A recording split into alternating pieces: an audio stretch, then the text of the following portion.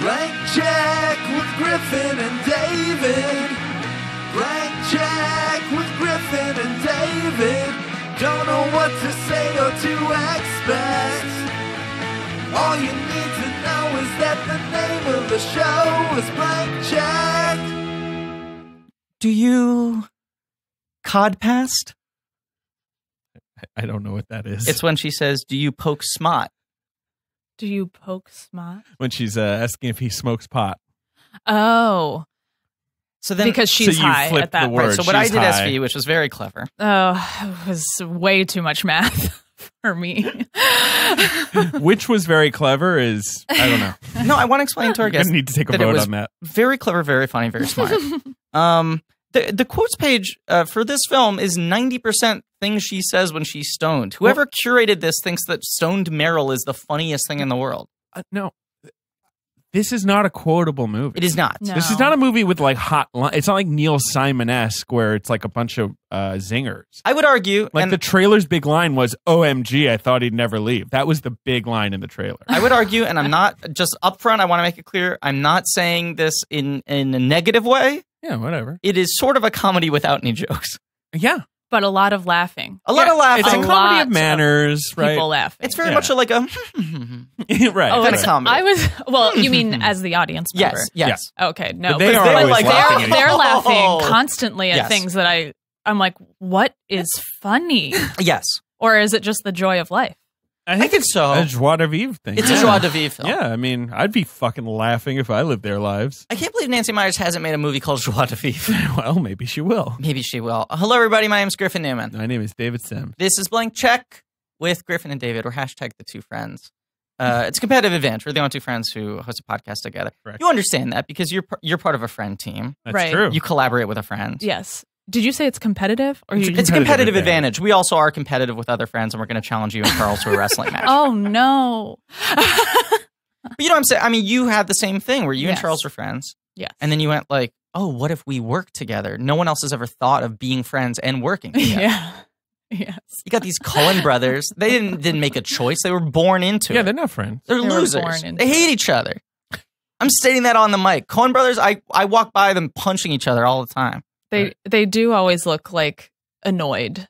They look unhappy to be anywhere. They look very The Coens? upset. Yes. Here's another hot take I have, and Yes. this is because of actually one of our sponsors on a previous Oh, episode. yes. I was just looking at pictures of the Coen brothers. Joel Coen kind of looks like Howard Stern. Yes, he does. Like kind of a lot. Yeah. Like to the point where I'm like, is he cultivating a Stern? Because he's got the hair, you know? Yes.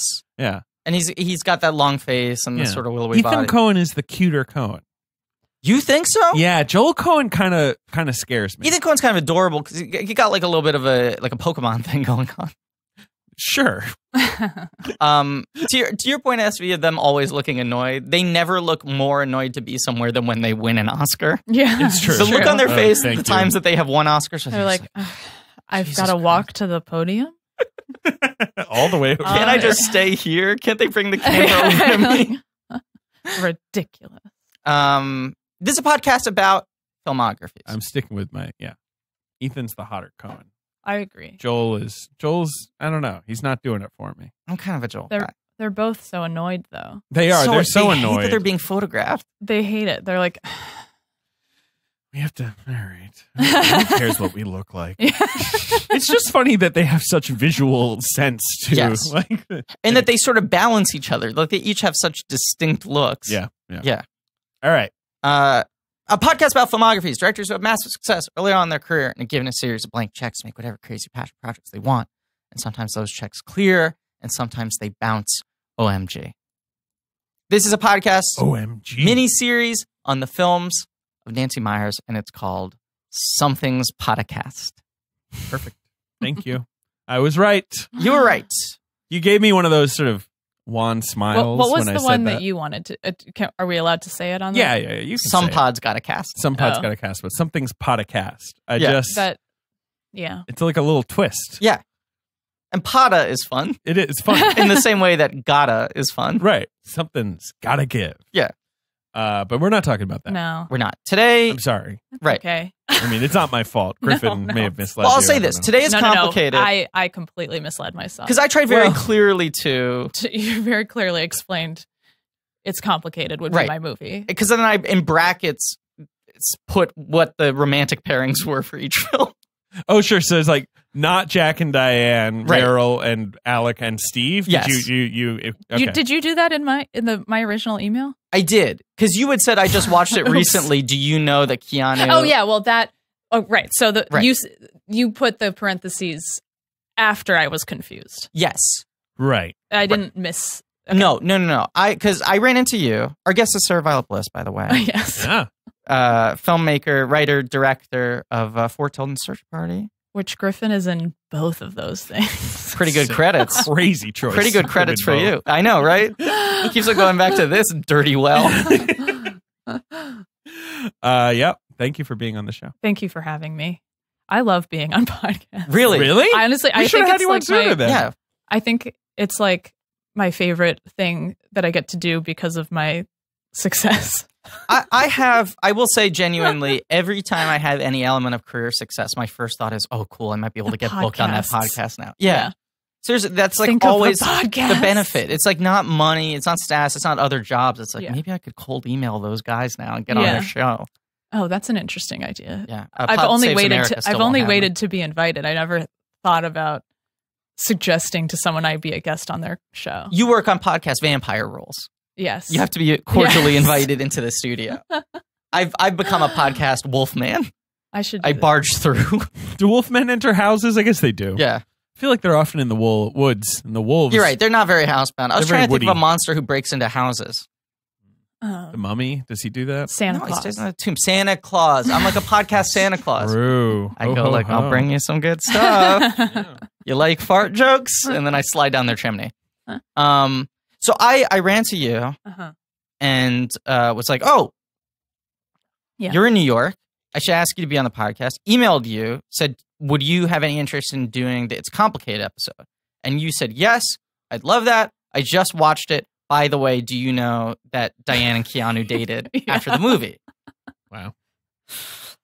I mean, it has the same basic font on the poster. I will say people make this mistake. The aesthetic is all like Something's marble. gotta give, and it's marble. complicated. Not I don't marble. know. There's something. I agree. You are the 15th person I've had make this mistake since I've described Nancy Meyer's filmography to people in the last 2 months. It's just that the titles are designed to mean nothing. Like I don't quite understand why Something's Gotta Give is called Something's Gotta Give. So I'm determined to find this before this miniseries is done. But there was a New York Times article, I want to say in 2009 when this came out, about this firm. It was a titling firm. Yes, I've read this article. For movies and TV, and it's like Nancy Meyers always calls her movies Untitled Nancy Meyers. Untitled Nancy. Doesn't come up with a title.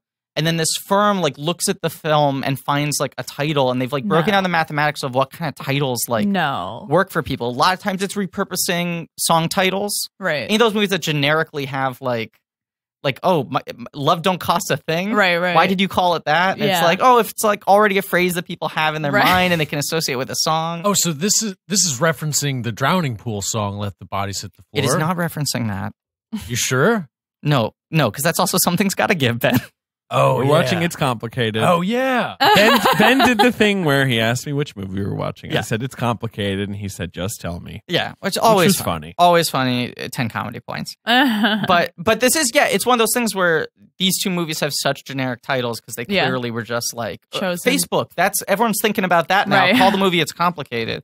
Which, by the way, when I searched for this on iTunes, there were 2 other romantic comedies, one called Status, It's Complicated. Oh my God. And the other one called Relationship Status, It's Complicated. Oh. Like, you can tell all these other filmmakers were so angry that Nancy got to this first. Yeah.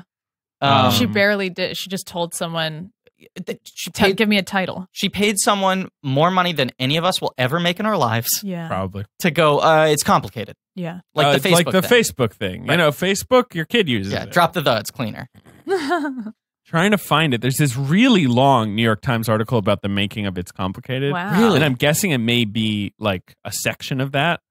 I remember this being its own article. All right, I don't know if enough. it was pre or post It's Complicated, but they certainly referenced Something That's Gotta Give as their like masterwork. Right. Like they were like, it's a title that means nothing. Yeah. But something's gotta give. Right. And you just put Smilin' Jack with the sunglasses on it. And it's like, I guess something does gotta give. There's something a little bit like what's the other Jack Nicholson movie? It's not Nancy Meyers. As Good as It Gets. There's Yes. something that Yes. like is related in the same way that maybe it's just like, okay, Jack Nicholson's on the poster. Right. I don't know. And it's just like, it sounds like something that he would say. Yeah. Even if it doesn't have any weight or profundity to it. Yeah. It's like, well, something's got to give. Yeah. But yeah, That that's was sort good. of the argument, right? Is Right. like when Jack and Diane are together, Right. something's got to give. Right. Like you're like, okay, well, what's Yeah. going to give?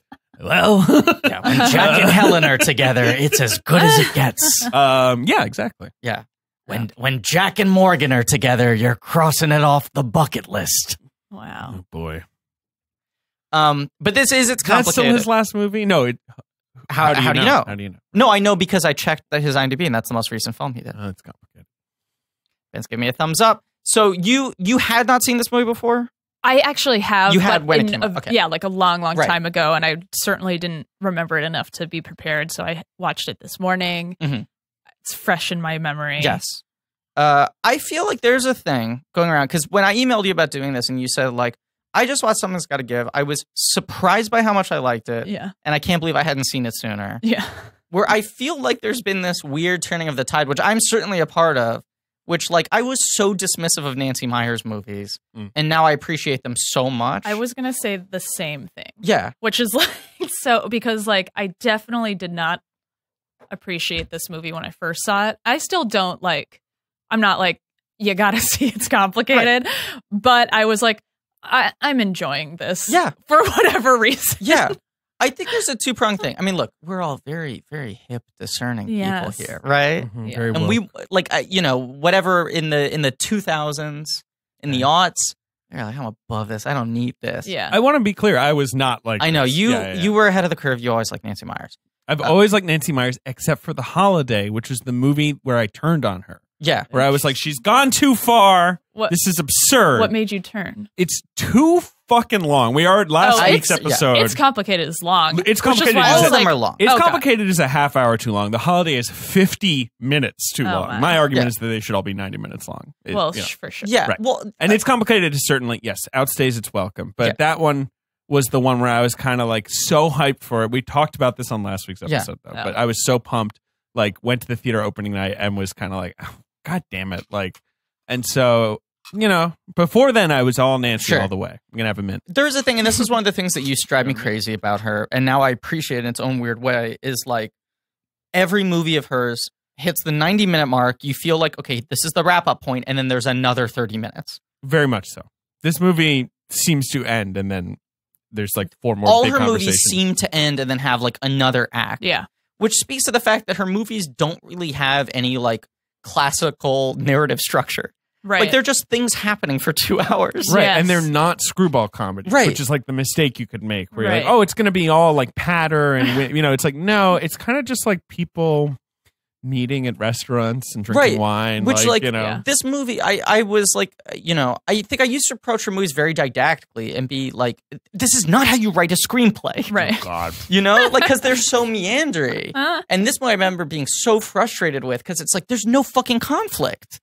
Yes, which is one thing that I like about this movie. I like this Which I movie love more than now. when I saw it. Yeah, 100% first like it time. more than when I saw it. To me, when this movie came out, was the moment where people were really like, enough with the like upper middle class angst, Nancy. Like the whole movie's about her kitchen. Like, come, Yeah. This there becomes was the that point sort where of it's easy to cresting- parody her, Right. where it's like it's literally Literally. the biggest struggle in the movie is how well is she going to renovate her kitchen? Yeah.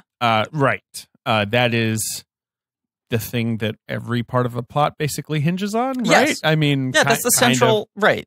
But you just got to roll with that. Is my argument. You do, and I also think there's something It's a to. window into another world. I want to give myself credit for growing, but I think more than anything, God. it is just like the ecosystem has changed so much in the 10 years since this movie, since sort of like peak Nancy, Mm-hmm. that you just go like, Jesus Christ, why did we chase these movies out of the water? Right. Because you wish these kinds of movies still got made. Well, but then this year you had Book Club, which is sort of like Yes. very diluted, watered down Nancy Myers. Right. But like, Is that Nancy? No, It's not. it's just someone kind of ripping off her thing. Okay. Yeah. But It's like people were just Kirkland's kind of like, signature oh, there's Nancy. just not Right. movies like this anymore. So I'm so delighted gonna to see do it. it. Yeah. That's the thing. Like, I saw like book club, like with fucking bells on, was amped for it, was more excited for book club than Avengers Affinity War. I was like, this is the type of movie I want to see. Yeah. Right. Just like a nice white wine comedy. Sure. White wine comedy. Exactly. Right. But like, I was so anti Nancy Myers when this movie came out, and then was like raging with excitement for book club, which is like shitty Nancy Myers. It's like a copy of a copy. You know, Right. like, yeah, it's like, Wow. just because it's like, have you seen Book Club? I have not. It's about a book club. it's fun. There was a lot of It's pretty fun. It's pretty fun. references. Oh, right, because they reference that movie. I mean, that book that It's Oh, 50 Shades of 50 Grey. 50 Shades of Grey. Yeah, that was like this whole movie is about women reading 50 The Shades trailer of is Grey. really bad because it they makes it kind seem of like they kind of discard that part of the plot fast. It's Right. really Oh, just a way for them to like talk about dick Yeah. at the book club, which Right. they like to do. right, Yeah. but It's a very yes. horny book club, like, which that's the best It's thing a about the book thirsty club. movie. It's yeah. They're It's a thirsty. real thirsty movie. But SV, you gotta open the book. Okay. I'm telling you, book club, you gotta open the book. Okay. What is your relationship with Nancy Myers' I oeuvre? I feel like I'm kind of removed from Nancy, but like I said a month ago, watched Something's Gotta Give and was like, I'm having such a great time. Sure, And there was, we're not talking about Something's Gotta Give, however. but you can. I mean, you can give us 2 minutes on Something's Gotta Give.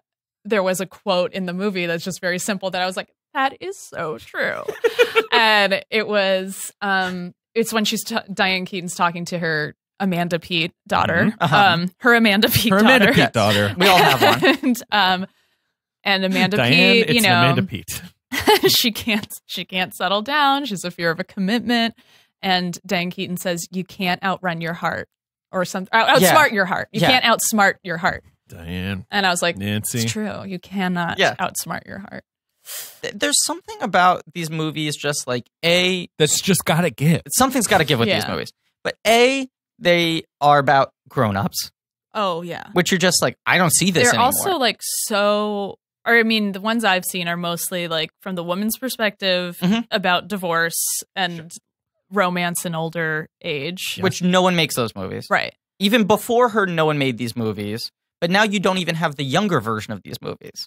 What would, Well, like I'm saying, like the Reese Witherspoon romantic comedies were Right. existing in the same ecosystem as Nancy Meyers, like, okay, Right. women over 60 romantic comedies. right. And now those things only get made on Netflix, Yeah. or they're indie films that like barely squeak But by. the thing about the Reese Witherspoon is like they have some kind of plot hook that's more they're extreme. always right? high concept. They're always very high. Whereas Nancy Right. Myers is like, no. I want that high concept gone. No. There will be no high concept. right. Like her concept is literally just what brings the two characters together, and then it's just 2 hours of people talking to Yeah, each let's other. hang out. And there'll be Yeah. one like sort of heightened set piece. Right. Such as Diane Keaton getting caught naked in Something's Gotta Give, or like Alec Baldwin getting caught naked in this, where it's like it's always someone's getting caught Exactly. naked. Yeah. Where, an like, older person is caught naked. the audience of the Cobble Hill Cinema is suddenly shrieking. Is Like, you know, where losing. they're like, oh my God, webcam!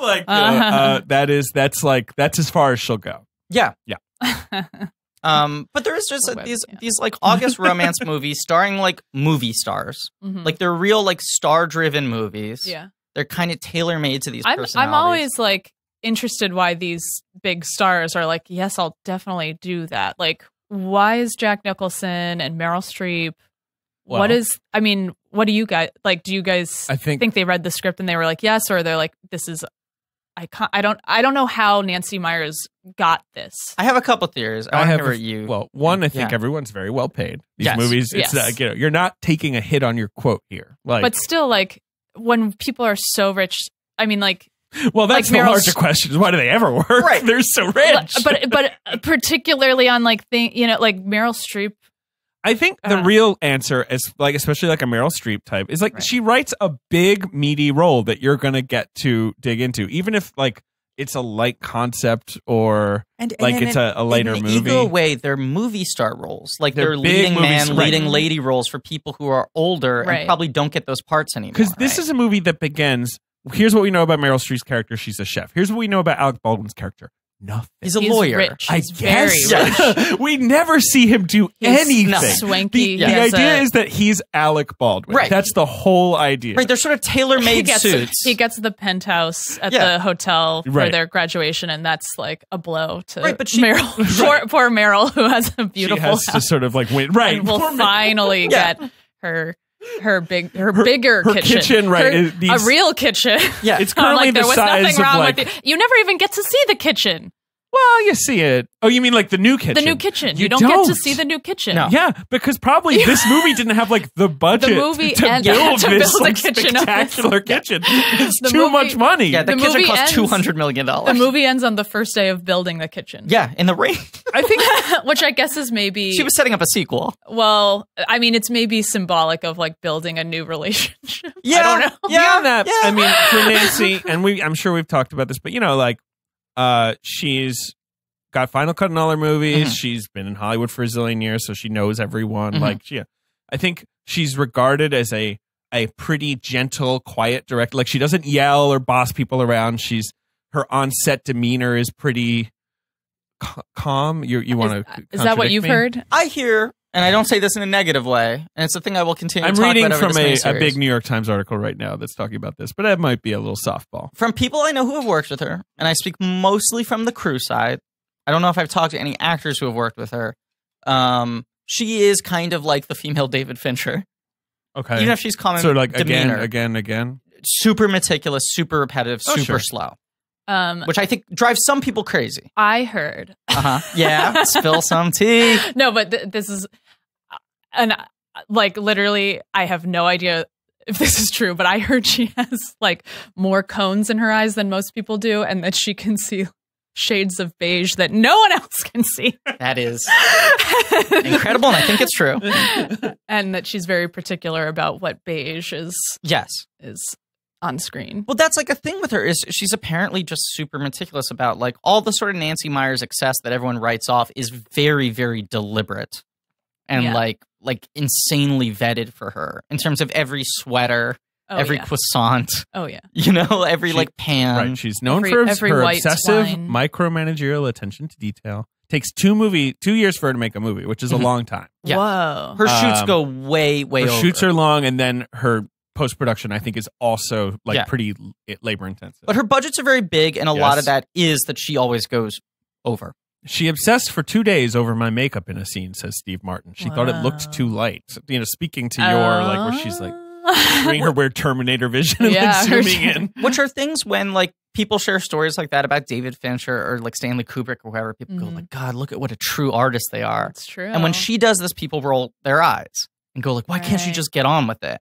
And I think it speaks to like this genre not being taken as seriously. right. And also like putting that level of attention Beige to not detail. being taken as seriously. Beige is really, there's beige eraser going on. Well, but you're talking about beige. I mean, that Steve Martin quote's kind of telling because half the cast in this movie is like really orange. Like, Yes. This is a bronzed cast. Like Alec Baldwin is very He's bronze for a sure. deep orange. Yeah. A rich sort of like ochre. Well, no, that's not. Lake Bell too is pretty. Yes. And like, yeah, then Lake Bell is like, yeah. I don't want But to say Lake anything Bell more. is like she's the woman who does not fit in the work. That's Right. true. Too orange even for with, them. with her son Pedro, Yeah. who dismissed from the movie too. Yes. Summarily dismissed. We don't see her leave it. Yeah, I mean, we dishonorably wait. discharged What do you from the mean? film. we don't see her like break up with Alec Baldwin or Oh, anything. yeah, Like she I doesn't know. get, and I think partly because they want it to be mysterious whether she they- dumped him or he dumped her. Oh yeah. I don't know. Maybe. I also think them getting into an argument is something she doesn't want to depict. Well, Like that's too much this is the negativity thing. for a This Nancy is the Meyers thing movie. this She article liked makes conflict. clear. She liked to see the all of the like that scene where Lake Bell watches them dancing and she knows it's like, Right. that's enough. That's enough because you don't want to see them screaming or crying or anything in between. I guess, but they have the like cry not with Lake Bell, but the crying scene with the kids, all 3 of them in the bed. Sure, Right, sure. but that's And- like that's her kind of scene. Right. right, where everyone's going to be okay. But no, she Like says sniffling she's into. She says you in know? this article, like her Just friends will tell They her to just avoid walks in. sad movies. Yeah. Like they'll know, like no, Nancy, She you can't deal handle with that it. one. Really. Like if it's too like wrenching or Yeah. dramatic, like she doesn't love that. That's not her vibe. Here I'm are gonna my try and find it a my piece. 2 things I want to throw in as to like why she's able to get big stars to do this, right?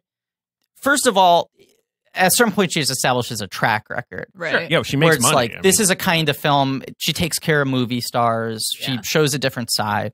But I also read so many interviews with older movie stars where they're like, yeah, I guess my career's kind of over. Mm-hmm. And I'm like, you're Robert De Niro. You still make like 6 movies a year. What do you mean? And he's just like, I'm not number 1 on the call sheet anymore. I never get to get the girl in movies. Right. And these people who got used to at a younger age being the sexy one, the exciting one, the plot driver, the Right. romantic lead, never get over when they lose that. Right. And she's one person who still kind of writes roles where that happens. Yeah. Because you look at like Jack Nicholson on either side of this movie, Mm-hmm. and it's like Anger Management, Right. where he's just the guy torturing Adam Sandler, Right. and The Bucket List, where it's just like an old man buddy comedy. Uh-huh. And I think he's probably like, great, I get to romance people again. Right. You know? Like, and Romance. for like Diane Keaton, it's like, I get to be like sexy again. Yeah.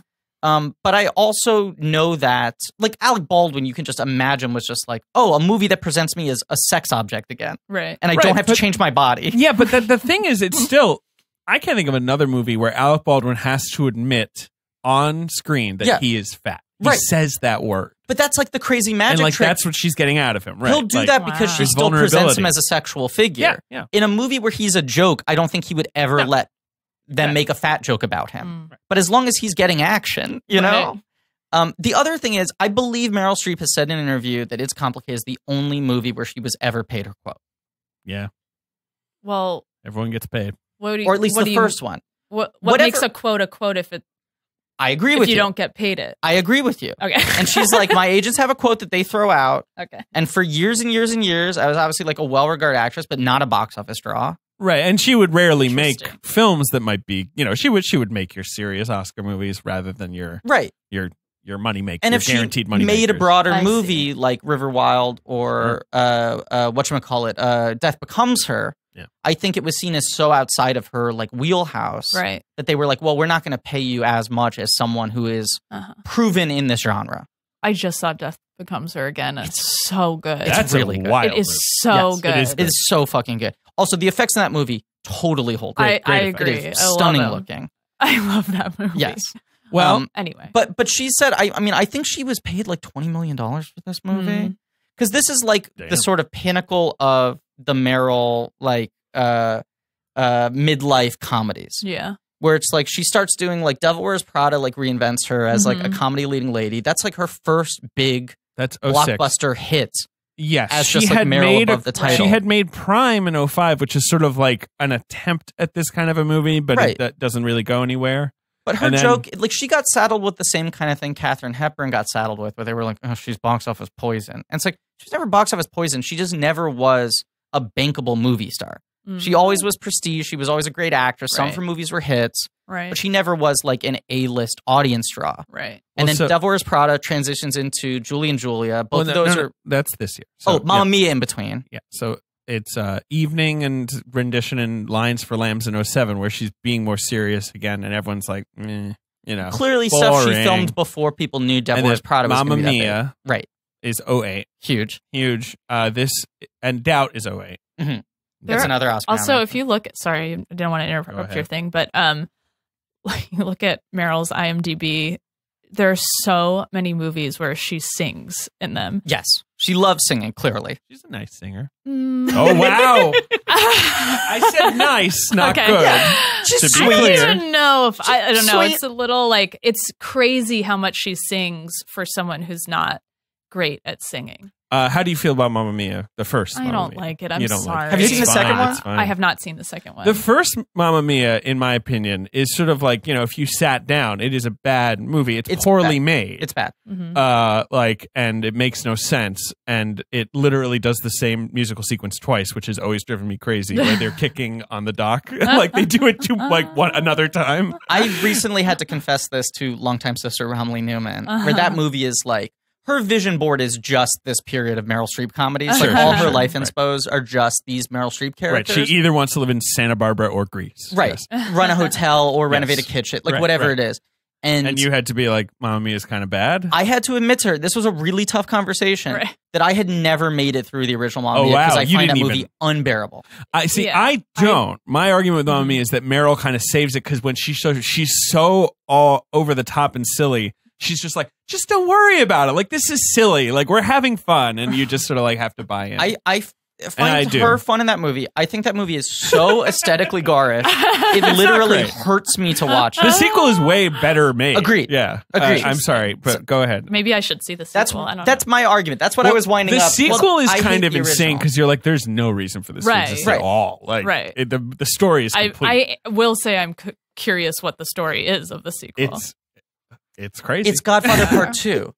Yes, it's literally here's the child taking over the narrative, right? And but then also with, here's the rise to power of how Meryl got the hotel. That's actually a hot take. Yeah, that's a good take. Yeah, that's what it is. It's Godfather 2. They literally pitched it as that. That's not my take. They pitched it as Godfather Part 2 because the bit was they had asked Richard Curtis for years, "Can you come up with a Mamma Mia sequel?" and he couldn't. And his daughter said, "You should do Godfather Part 2. Right. You should do young Meryl rise to power along with." Young daughter taking over the family business. Wow. It literally is. They just ripped it off. But so in 2009, yes, she's in Julie and Julia, which is her Oscar nomination for the year over this. Right.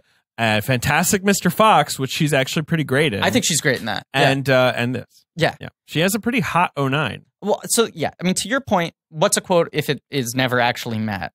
But I think it was her agents would always say, like, this is how much Meryl gets. And they would go, we're not going to pay her that much. And they'd go back to Meryl and she'd go, yeah, I want to do it anyway. But also, she said she just wasn't stubborn about meeting that. Right. And Nancy Meyers was the only person who ever said, like, yeah, I'll pay that.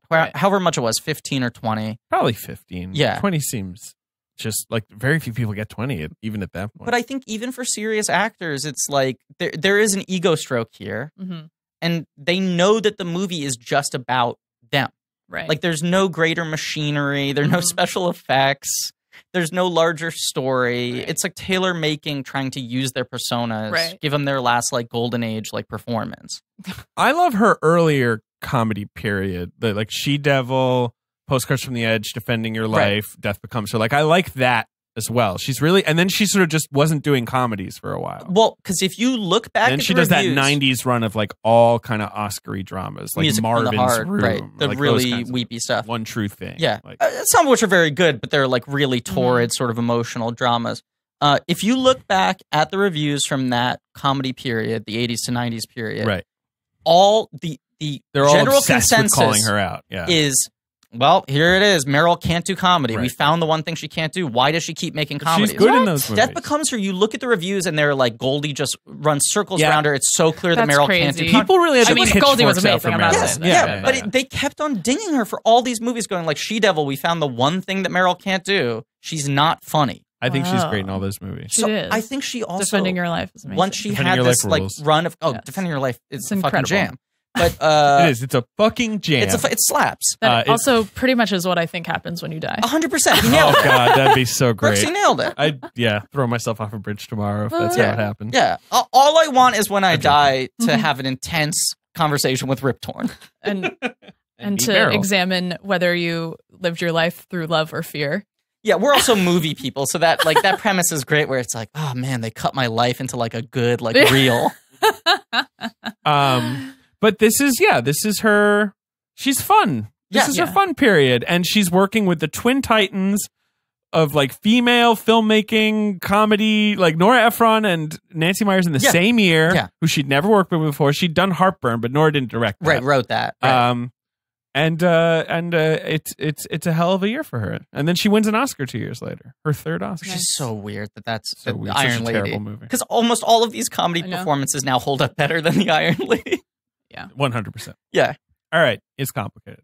It's complicated. I mean, there's the other thing we should talk about, which is you got two actors who then go on to host the Oscars together right after this movie comes out. Yep. What are you? Baldwin and Steve Martin hosted the Oscars together as like a weird sort of nod to this movie where they're like, you loved them and it's complicated. So 3 months later, but they like announced it before the movie came out, and I think they were selling the idea that like these guys are going to be a great comedy duo. And then they have one scene together, and they're just like angry at each other. And also, like Steve Martin's character is not comedic really in at this. all. I had forgotten how straight he is in this movie. Yeah, like he's aggressively muted in this movie. Yeah. Whereas Baldwin is kind of very big. He's going huge in this movie. Yeah. Yeah. The whole thing's very odd. Okay, so this movie, it's complicated, aka Untitled Nancy Meyers comedy. Sure. This was the first of the 2 Nancy Meyers movies that I auditioned for. Oh, Yep. wow. I auditioned, I think, 4 times. For The Sun?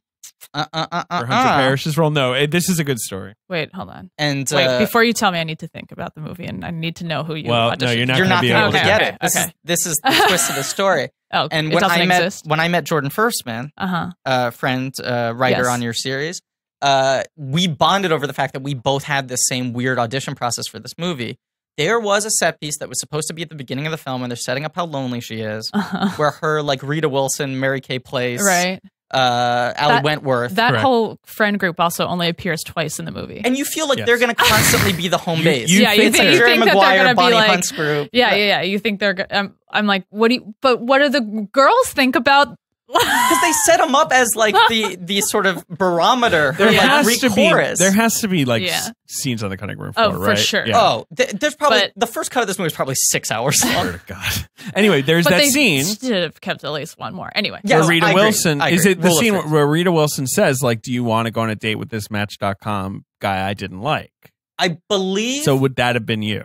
I read the No. whole script at the time. The premise was that she starts going on online dates. She Right. has a conversation with the guy. They really bond. She shows up, and the guy's like 19 years old. Right. Younger. I think he's in high school. Right.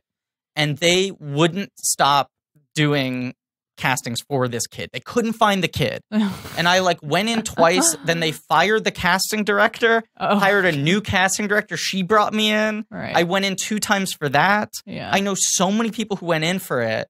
They finally, after like 6 months, like they were like, the film wasn't being shot because like, not just because of this character, but her casting process are so extended Yeah. that they'll just keep the production office open and go like, we're pushing back another 3 weeks. We got to find the kid. Oh my God. And then they cast Daryl Sabara from Spy Kids, shot the sequence and cut it out. Wow.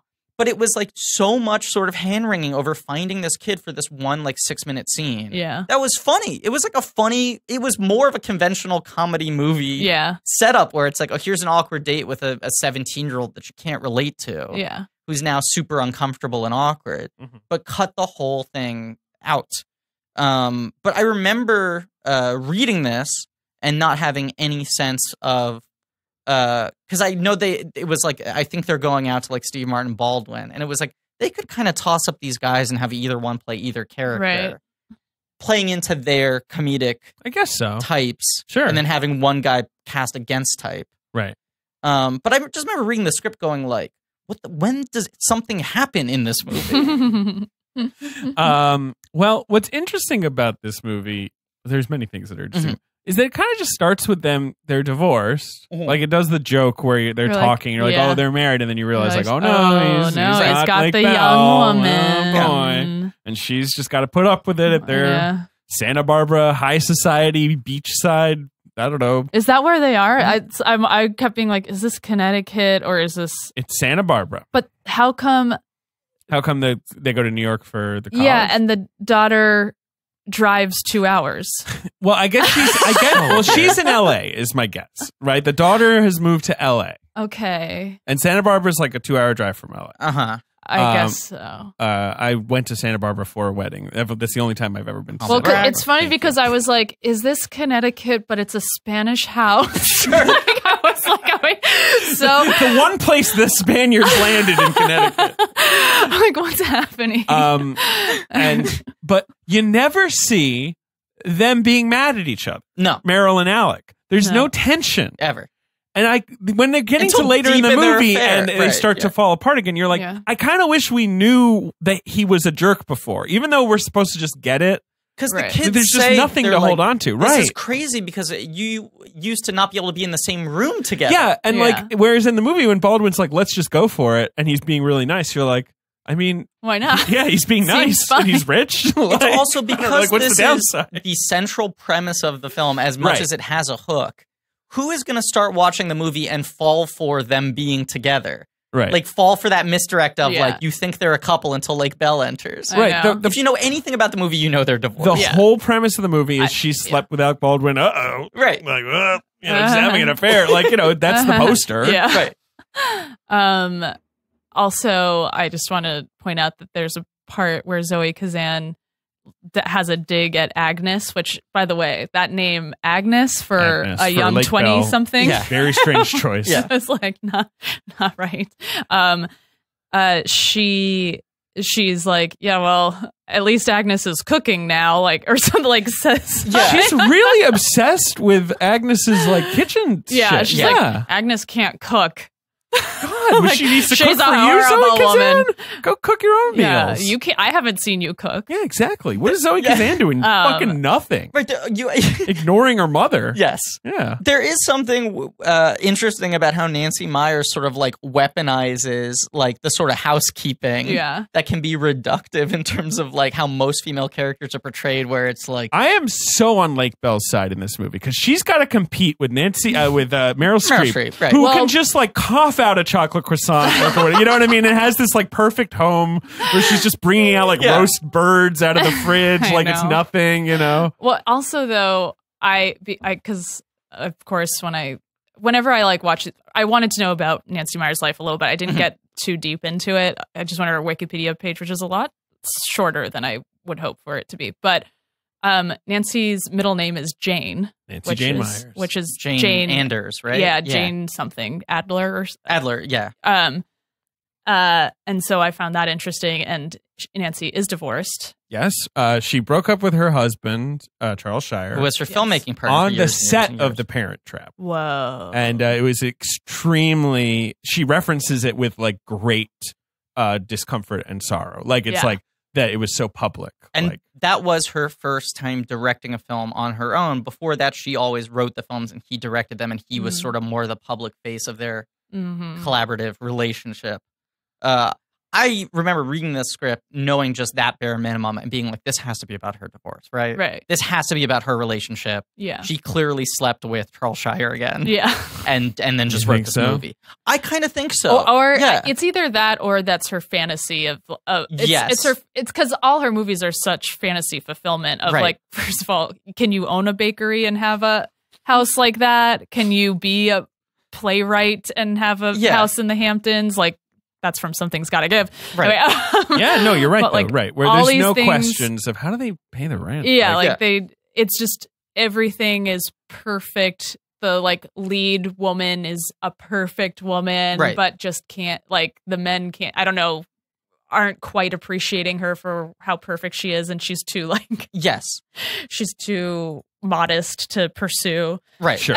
Which was, I mean, certainly a thing that used to drive me crazy about her movies was like the sense of like, oh, these are like rules of the game without satire. Like they're just about this upper class of like courtesans who just have like trivial champagne problems and seemingly have infinite resources and live in their beautiful bubble. Literally, the women are the best at what they do. Right.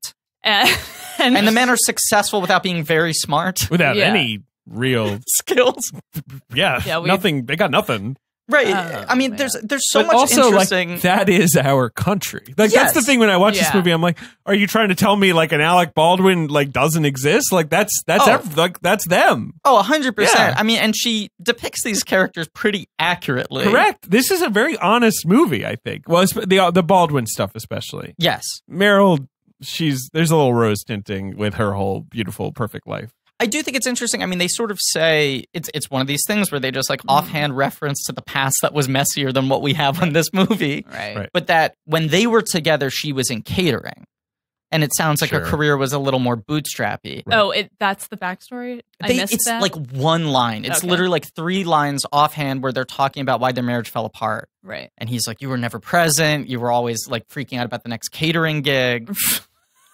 And so I wonder if this sort of like her starting her weird like mini West Coast Dean and DeLuca empire that she seems to have now. Right. Because her place is like isn't half, it seems like it's just one bakery. Right. Anyway, go on. But it seems very successful and is like made out of marble, you know? Yeah. It's like a coliseum of like pastries. It's insane. But it seems like she's become more successful now. Right. She's doing great. Right. And it's like, was she catering off of this company or my inference I got the divorce was after the divorce she became more sort of ambitious. California used divorce that money, laws, you know, she's getting a check. She from probably used Alec. that money to buy her own place, you know, start her own business rather than just being a party caterer. And it's fine. I mean, everyone's rich enough here, so. Right. But why, when she was married, could she not? He not? I don't know. And also now when the movie Anyway. starts, her business is kind of yeah. on autopilot. Like all you Yeah. ever see is her just walk in and go like, croissant's looking good. She never fucking goes to work. Never. One time, yeah, she's like, "Can you check on table 5?" I'm like, "What? Why? What's happening at table 5? Nothing's happening. I promise." She'll just Well, walk through. she does have an apron on, and Yeah. and she's of course forgotten her appointment with Steve Martin again. She's so That is- forgetful. The only time they show her at work is when she has to realize that she needs to leave work to go Yeah. see Steve This Martin. is also Yeah. one of those movies made in that like 3-year window of the utter domination of the BlackBerry. Like before everyone has Yeah. iPhones, Yes. when everyone's glued to their Yeah. fucking BlackBerry. She tells Yes. Zoe because they had to stop looking at her BlackBerry so much. Yes. Yeah. Also, there's a line where John Krasinski, whose name is Harley, Uh-huh. which I think is funny. It's true. Harles. Harles. She tries that out She at one tries point. Harles. Krasinski, in my opinion, secret star of the movie. Best performance in the movie. Well, yeah, I mean, also that was peak. Like, was The He- Office just he can ending? just make a or- face yeah. and it's great. Yes. Yeah. But he like he has to say, what does he have to say? I wrote it down. Hold on. This is the period I'm where I excited. think It's not that exciting. this is I'm the period so where I think excited. they were This is 4 years explicitly- into The Office. Right. Like, They're 4 explicitly years. grooming John Krasinski to try to Yes. be the next like romantic comedy Tom Hanks. Oh, right. It's Zoe Kazan is like, will you help me? It's also like unclear what their relationship is until, and you're like, oh, okay, he's not a brother, It but takes he's a like while to define. part of the family, Yeah. kind of. They're all very on the same page. But she's like, can you help me with my boxes into the car or whatever? And he's like, you know it. And it She to, calls to him a make gangsta, that, I believe. yes, Yes, yeah. yes. And he goes, you know it, and he's trying so hard to find a way to make that authentic to himself that he's just like, I'm like, you're doing a good job. It's He's okay. doing a lot of work in this movie, and it feels He's like excellent in that this was movie. the pipeline they were trying to put him on. Was like he's Right. going to graduate to being the romantic lead of a Nancy Meyers movie someday. Right. He's too young to be one of her protagonists, Right. but this is him working out in this genre. Like a year or two after this, he does Something Borrowed. Something Borrowed, which is, I guess, the closest he has to a major rom-com play. But Yeah. he's not the romantic lead in that. And the No, premise is but that isn't he kind of the secret What's- romantic What's lead? something Like borrowed? Something Borrowed it's is Jennifer Goodwin, Kate Kate Hudson. Hudson, and some other fucking guy. yeah. Colin Egglesfield. I think Yes, his that's name is? exactly Yes, who it yeah, is. yeah. But it was based on a trilogy of books, and each of the books has a different character's perspective. Mhm. It's like what Jennifer Goodwin steals Kate Hudson's boyfriend, starts having an affair with him. They're engaged, and Kate Hudson's been the alpha in their relationship the whole time. She's been the nerdy Mhm. best friend. Right.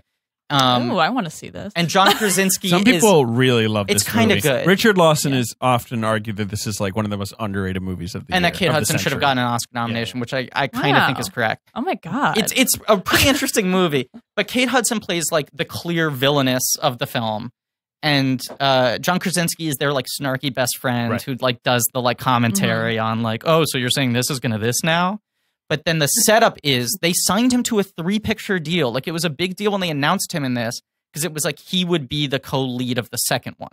Because the second one is him ending up with Kate Hudson. Oh. And both of them are sort of supporting, like he's supporting comic relief, she's supporting villain role. Yeah. And then they were going to be the romantic leads in the next one, and it didn't If happen. they were going to Oh do my something God. blue, is that like Correct. interesting? It's Something Borrowed, Something Blue, Oh, and then come on. Sure. with Something New or whatever. Something boo. Something new is a movie. I know, that's what it was. I don't know. Well, this year he was also in Away We Go, Mhm. where another movie where you're just, I was very irritated at the wealth on display because the end of the movie is when they realize their whole movie. Have you seen Away We Go? No. Oh yes. With Yeah, Maya Maya Rudolph. Yeah. You know, the whole movie is like, they're like, where should we live? Ugh. Like, oh my God. And they like go all over the world. And then at the end, she's like, my family owns a home that is empty that we could live in. And I they're know. like, that's where we'll live. I know. Yeah. I know. That's what we call a first draft idea. Oh my god. Why would you go on the trip before thinking of that house? That unoccupied house. And like, there's this metaphor where it's like she's accepting that her dad is dead or whatever. You Yeah. know what I mean? But like, Right. I at that point am so furious with them, like that they haven't revealed it. It's so ridiculous. That's another interesting thing about this movie is that this comes out the year after the financial crisis, like the complete That's Well, right. economy I guess collapse. that's maybe why the knives were out for Nancy on this Yes. one a little bit. Because it just felt like, how Right. dare you? You're How dancing dare on our graves, you know? Oh boy. Yeah, but to go also back to the ending of It's Complicated Mhm. and it's raining on the first day of their Of her building the remodel. house. Right. before it was like, oh, this is probably the whole like you don't get to see the kitchen because it's probably a like metaphor for starting a new whatever, right? And it's raining because it didn't start out. And he's like, they say that's good luck. That's good luck, right? So yeah, the actual mess, the crazy mess they were in. Also, nothing. She never like wins him over again. Like he's just like upset that whatever she had this relationship with him, and then he goes away, and then he just ends up showing up for the first day of building the kitchen. Yeah, it's like he psychically he never sensed was that like she had a nice conversation with Alec Baldwin. Yeah, yeah. She never was like, "Hey, listen." He just shows up and he's like, "Oh, I'm over it." Right. The hinge, like, or whatever. The final thing in the movie is like, is he going to show up or will he pass it off to his partner at the firm? Right. Because she walks out, thinks, "Oh, he isn't here," and then he appears from directly behind a guy's back. Also, they don't like really like set that up enough to be like, no, is he coming or not? Like, it's not like the will he be there on the Brooklyn Bridge moment. It's the but they walk off like it's fucking Casablanca, and he's like, you know what I would really go for is a chocolate croissant, right? And everyone else is still standing around that table being like, what are we supposed to do? He didn't give us directions. We're on the clock. It's fucking raining. It's fucking raining. We're in a tent. We're in a tarp. It's raining in Santa Barbara. It never rains in Santa Barbara. The cleansing rains have come also, to finally reboot her life. The rain is like, there's so much sunshine with the rain that's falling. Well, because Nancy Meyers can never have a dark scene. It always has to be light, even when it's evening. This film was mostly shot in New York, where I think she shoots all her movies. Yeah. Except for like the exteriors, they deign to go to California. She does a lot of upstate New York stuff.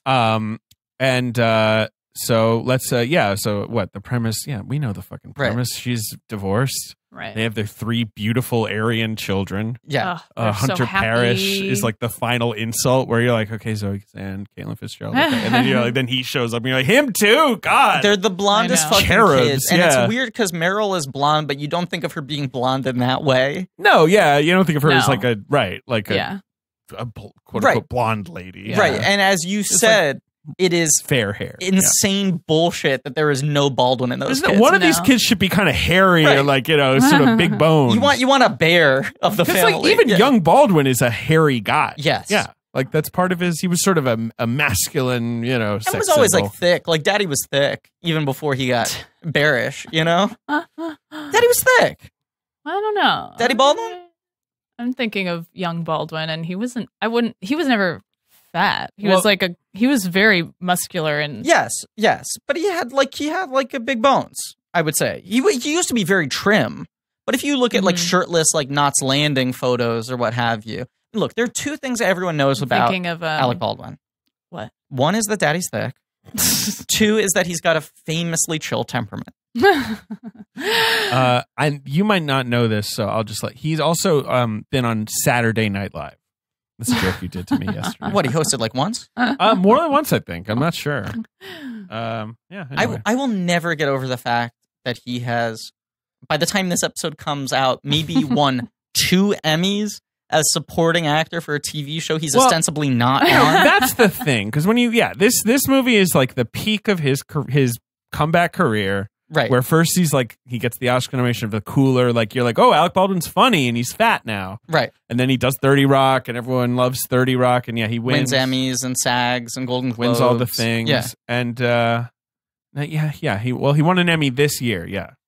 09. Yeah. Oh, great. I'm so sorry. Can I use the bathroom? Yeah, use the bathroom. Yes. We'll just talk about Alec Baldwin for like 5 more minutes. Ding dong, ding dong, ding dong. Griffin, get the door. All right. Okay. Hold your horses. Oh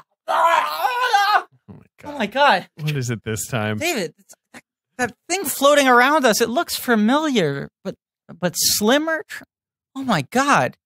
It's Slimer on a diet. He's putting on a little chef hat. I hate this. Go on, please. Yes, what's he doing? Oh my God, he's taking out his meal. It's like Slimer has become some sort of green chef. He looks healthier. He looks more wholesome, high quality. How does your brain work? I just see what's happening around me, and I observe and report, David. It's almost like Slimer's been sustainably sourced. Yeah, it's like now like a slim, hot, like Slimer is daddy now. Well, it's funny that Slimer showed up because this week our sponsor is Green Chef. Much like Slimer, a Green Chef is sponsoring our show. The USDA certified organic company that gives you everything you need to cook delicious meals you can feel good about. He looks like he's feeling great. He's having an awesome party time. He's wagging his tongue about. Well, much like Slimer. Do you think he uses onion? He is the onion head ghost, isn't he? I'm looking at him right now. Chop it up liberally, though. I mean, like not liberally, judiciously, I would say. Well, this is how Green Chef works. Okay, they got recipes that are quick and easy, step-by-step instructions, chef tips, photos. Easy little readout card. There's a wide variety of organic ingredients and imaginative new recipes. Oh, Slimer like that. He's rubbing his slimy belly. Well, it's not really a belly anymore, though. His slimy abs. He's got some abs. Everything's handpicked. It's delivered right to your door. Everything's pre-measured and prepped. So it's really literally like you don't even have to chop an onion half the time. Like it's just a bag with chopped onions in it, and it's like super fresh. Yeah. I cooked some cumin spice steak. With cheesy potatoes and a Slimer's salivating. Fig salad. I went for the gluten-free menu. My girlfriend can't eat gluten, so it's very like you can pick various things like that. Slimer is telling me right now. Oh, he's paleo. Slimer is paleo. You can go vegan or vegetarian. That's how he got so swole. You can go keto, gluten-free, omnivore, carnivore. Like you pick one of the menu types, and then they will send you stuff. So the chefs design these great recipes. They send all the ingredients to you. And they send you all this USDA certified organic food. And it's really easy to use. Yeah, I mean, look at him. I've never seen him this relaxed in his life. Yeah, relax. That's how he feels. So Green Chef, I had a great time with it. I mean, Slimer seems to be having a ball. And Blank Check listeners, for $50 off your first box of Green Chef. Slimer, focus up. This might be relevant to you.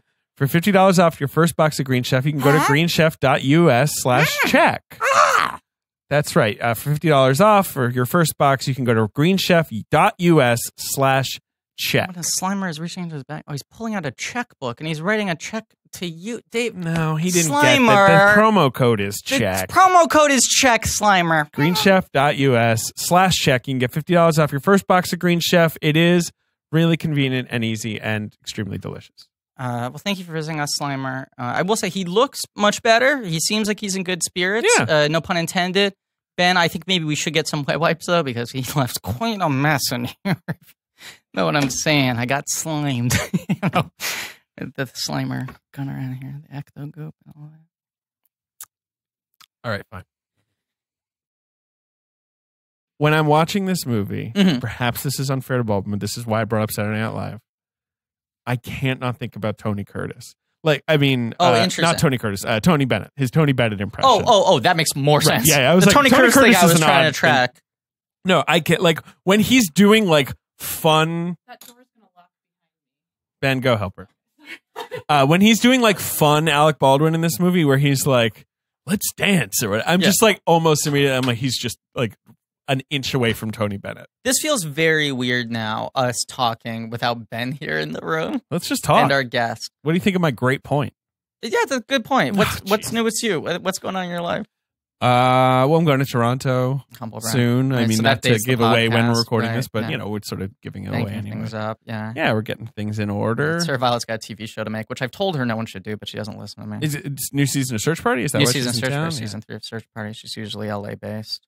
Cool. Yeah. But that shoots here, right? Yes, it does, yeah. But it's a New York show. A week away from filming. Well, one could say that New York is sort of the sixth friend on Search Party.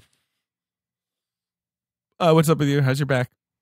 It's okay. I found something out, which Ben might have to cut this out when he comes back in because it's kind of not only is it too hot at take, but it also I might be persecuted. I might be attacked. The government might come out to get me.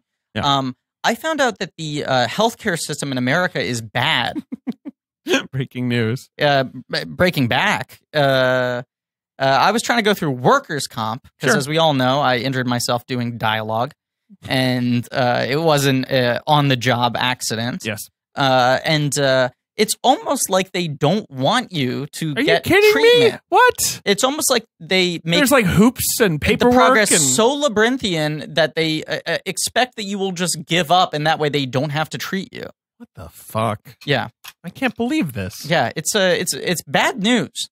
I'm feeling better now, though. I mean, I finally saw someone good, and then my pain subsided a bunch, Right, and it's that's good. clear how Was it much. Physical therapy, or would you do? I haven't even started that yet. I'm about to start this week. But just the idea that you're on the right track might be just I helping you think along. the stress of being Backs are stagnant and not making any progress made my pain so much worse. Backs are fucking Are weird, fucking dude. strange, and I think they're so connected to nerves and anxiety and all these things that I don't have under control that well. We've been talking about my back, Yeah. and now your back. Hey. Hello. Yeah. Yeah, so I'm feeling. I mean, look at my relaxed posture here. I wasn't able to do this a couple weeks ago. That's when we were true. recording. Griffin's really had some back stuff going on. I've had some back stuff. I going had on. heard about it. That's when we ran into each other, and then I Yeah. went, "Wait a second, you got to be on the Wait a podcast. second, this is getting complicated. This is getting complicated. Wait a second." All right, so they have their Aryan children. She's getting her kitchen redone. Mhm. There's that weird, awkward early scene where the joke is that she won't acknowledge Steve Martin. Yes, and that happens. Yeah, Steve Martin's introduced very early on because He's playing she the keeps most on milquetoast man imaginable. Yeah. crediting the other guy. Okay, so here's my hot take. I think he's we've met. really fucking good in this movie. Interesting. Okay, He's well, Mike Krasinski of this film. I think this is a great performance. Interesting. And I didn't think so when I saw it originally. I admit I'm in the bag for Steve Martin. You are. He's as like much Steve a comedy idol as anyone who has ever lived. And as we talked about in our Billy Lynn episode, I'm always so pulling for him to do something different, to show a different side of himself. Sure. And I remember seeing this and being like, he's kind of here he's so he's showing a muted. boring side of himself. Right. But I think this is a pretty sort of a specific charming performance. he's kind of charming. He's obviously turning off all the usual Steve Martin stuff, but I think there is a real kind of sad character there that feels very SV, what do you think? zoned in. Mm-hmm. Well, he is certainly sad. I mean, Yes. I'm not. This is true. I agree. The thing is that I'm Rip him to shreds feeling if a you lot want to. right now. Okay. Well, no, I'm not. I don't think he does a bad job, but his character is a little milquetoast, as you Yes. said, and I'm kind of not I want them to be together. He's not. Sure. You know what? Can I? Here's Ben. Played You know what Ben's I cutting in. wanted? What? Just needed a little banjo. A little banjo. You want that one twist, He's Yeah. a normal guy, but then he's got the one weird But also, thing. it's he's too easy to get. He's a It's just doormat, right. he's a doormat. It's true. There's no game with Steve Martin. If you want to date him, Yeah, he's then just you kind of can- standing Then there. you can Yes. date him.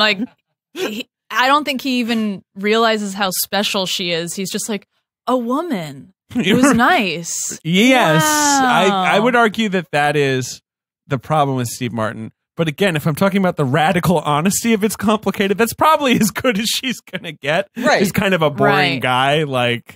Yeah. Isn't the art because the movie is and that's basically interesting. do you want the guy who you can have this sort of fun sex with, who you've got the long connection with, Mhm. but it's kind of a raging river, Right. and he's a kind of an asshole. Highs and lows. He's an asshole. Yeah. But it's they don't connect. Her and Steve. Yeah. Well, they get high together. That's kind of it. And that's Yes. that's not going to last a marriage. No, I mean, Maybe they'll just get constantly They stoned. constantly get I'll stoned. say it definitely feels like a relationship of convenience. I mean, I've Yeah. had relationships like that, and they've worked out for a period of time. Yeah, but Thank you, Ben. But that, the you getting need more stoned than part? that. You need to Yeah. grow. Okay, that makes more You sense. need to I grow. thought you were just talking Yes. about relationships You of need to- convenience.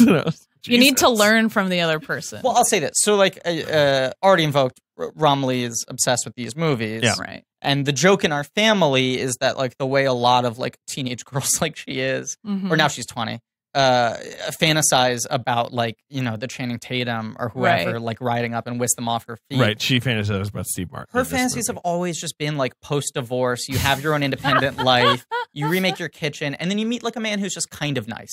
Honestly, though, that's my dream now. I want a post-divorce man. Right. But there's something just about like but like this guy is like there's nothing that he's bringing to the table. I guess he's a security. considerate architect. He's but very like secure. Yes. I'll say Yeah, no, I mean you're right. You kind of right. just did the whole thing. I don't know if this is Yeah. intentional or not, but I'm just saying like this fits into maybe not physically Steve Martin, right? right. But like Greg Kinnear playing this character would be her ultimate movie hunk. Because it's just like, this is a guy who's not that interesting, Right. but he likes her. She's clearly the power player in the relationship. Yeah. And he's just kind of sweet and he wears good sweaters. Yeah. Like, that's all she wants. I guess it's that like The sweater because seems this movie kinda is cute. all I guess. Ooh. Yeah, you're just not. You're not I'm here not for it. into He's an him. egg white Because omelet, I and you think- don't want well, it. it's also just I think that in order to play this role, like Steve Martin is suppressing who he is, so I'm Sure. not feeling like who this person is. He's just like Sure. I'm just a guy, a nice guy, and I'm not ever gonna have any conflict because I'm just good. And That's why the pot smoking scene, I think, is kind of smart, even though I am not super excited by the idea of seeing another, old people are and they stone also scene. just Sure. don't touch That's the good on scene, though. like they don't touch on the like okay, but do you want this man who's hurt you before, or do you want this man who's a good? They don't. They really, kind of raise it. Yeah, they just kind of sort graze of it. They get don't. there, They but don't then- like delve into the interesting things about Right, that. and that's part of my complaint of where we're not seeing their Yeah. like more their highs and lows of the earlier years. Like Yeah. they're And- settled when and the this movie movie began. is like fantasy fulfillment or wish fulfillment fantasy but like it's all more about like kind of the revenge on the ex-husband. It's not Sure. about the new love, and that kind of bums me out. Whereas like with Something's Gotta Give, it's like the fantasy fulfillment is like changing the guy who like Right. can't be changed, Yes, but you yes. You do wish there was a scene where he like showed a good quality through action, like through his Yeah. behavior, like because of this He's a thing where it's like, considerate architect. right, but like all their conversations are just about how much He he likes listens. her, Sure. right, or how sad he is over his divorce. It's like it could use a scene in which you need him to surprise her, with like a you need radical him honesty to, in some kind of way. but he never surprises loyalty, her. She's right. just like, I just today decided to have a nice date with you. He's very stable. Like- Well, that scene actually drives me crazy. Not Steve Martin's fine, but Mhm. it's just that scene where he's like, "Do you want to go to this premiere French film festival with me?" No, I'm busy, and he like sadly hands off the tickets. Ask her before you buy the tickets, Yeah. you dweeb. Yeah. Why'd you buy the ticket? the tickets he puns off to like the woman in the office Yeah. are like big like Ticketmaster tickets. Did you go pick them up too? Right, you, and it's like, what you is this loser? Do you notice that so many Do you have romantic anything to do? so many romantic comedies circle around. There's a blank film festival happening in town. If you Sure, want to catch I know. these weird revival film festivals that are always like, do you like spaghetti westerns? There's a spaghetti western film. So I many think that's- fucking movies that's- have that. You I like think kung fu that is- films? that's There's a kung Santa fu film Barbara. festival. Yeah, they also never want to have to cite a specific movie. Well, they want to sure, like right, be right, like right. they like the same genre. French movie. Yes. Oh, my favorite genre. Films I thought from of that you country. because of croissants, Right. right? Yeah, but I don't it's know. like these big, expensive, like $25 gala film festival. Now we're making it sound like he's got like an Ed McMahon check that he hands over to his assistant or whoever she is. That's true. It's also Oh, like God. those tickets are pretty low stake. It's not Yeah. like It's fine. Just see a They movie. cost $25. Right, and you've also got plenty of money. the woman at the office doesn't like ask what day it's Yeah, at, what yeah. time. He's just like, you want these? Do you want to go to a French film festival? Reserved Here, take your seating. boyfriend. Right. VIP. We're in the opera box. Jesus Christ. Just like, I don't think there's anything wrong with Meryl being like, I'm busy. Like, I know. you know, give me a little more time. I Yes. knocked my mints over in fury. Here's my Steve Martin take I want to throw out. I think Yeah, you like him in this movie. Right, and as I said, biased in the bag, what have you. I'm rooting for him. But I think the pot scene's smart because it gives them a comedic device to allow him to be 70s Steve Martin for like 10 minutes. Right. Because once he's stoned, he starts doing a lot more of the Steve Martin like body language and all of that, which doesn't make him more endearing, but makes for a more entertaining watch, right? I definitely think this is one of those movies where he's not written in any interesting way. His Right. defining characteristic is that he's not Alec Baldwin, Yes. but they don't give him enough positive qualities aside from him just not being shitty. Right. Right. Which when I first saw this disappointed me a lot, that it just felt like, and even reading the script, I was like, there's just not a character here. Yeah. And it feels like you're not letting him do anything. And there is that thing with actors who are so primarily comedic when they do quote unquote more serious roles. And obviously this isn't not a comedy, but it's playing against most of his like go-tos. Well, this is a comedy. This film's a I'm comedy. saying it is a comedy. Oh, sure. It's not like he's doing like, he's fucking not doing Hamlet. Shop Girl, right? Right. Which was his other like, I'm sort of a sad man movie. Right. Which is specifically about his marriage. Right. But I think often the thing that goes wrong with certain comedians playing more serious or against their usual comedic types is they just take away the thing that makes them interesting and don't replace it with anything else. Yeah. And the first time I watched it, I thought he was kind of boring because it's just like, well, you're just not letting him be Steve Martin. Yeah. And now I feel very keyed into his sort of wounded, like, I'm trying my best not to cry every day thing. Yeah, which that's right. That's his character, is that he's so bottled up that, right, he just sort of seems like he's about to burst into tears. But then he never really does. No, they kind of plant that seed, but then there's the one line where you sort of see him getting like ex-wife to show up, or something, something like that. There's the one line reading where he's sort of glassy-eyed, and it kind of touched me, where he says, like, I'm not as macho as I seem. Yeah. Which I just think is kind of a sweet line because he has never come across as macho, but he just makes clear to her, like, as boring as I seem and as go with the flow as I seem, I'm a very, very sad, emotionally delicate person. Yeah, I think this has hurt me. The concept of his character is almost like he's like, I'm a real delicate flower, and I don't get involved with someone unless I'm really sure my feelings aren't going to get hurt.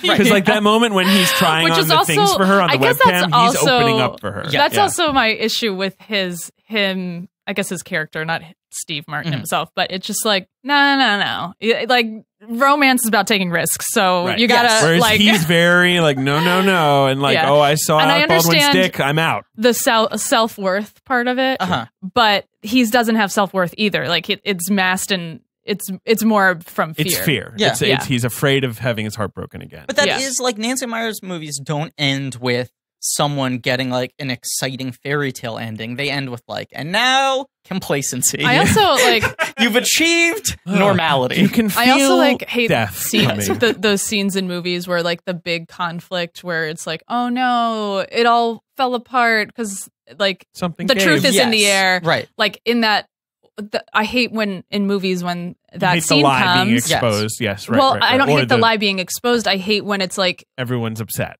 Because it's like, well, now no, just get on the same page and it's fine. Like the whole thing was like he came in. She didn't know he was coming. Right. It's in just there. Two conversations are all that's required. Essentially, one with Alec Baldwin, it's like, sorry, this is actually over. Yes. And one with Steve Martin was like, he didn't get that it's over. Yeah. Right.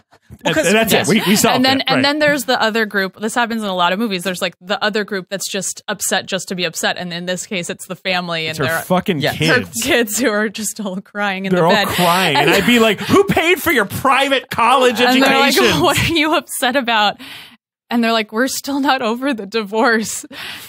Now we're more confused. And also, I'm sending you all to Siberia, you monsters. What grown siblings decide, like, look, we're all feeling the same pain right now. Let's cuddle in bed. The TV's not even on. No. When they go in, also, like, when there's siblings of, like, male and female siblings cuddling, I'm like, no. It doesn't happen. No. Maybe in France. Because here's C'est compliqué.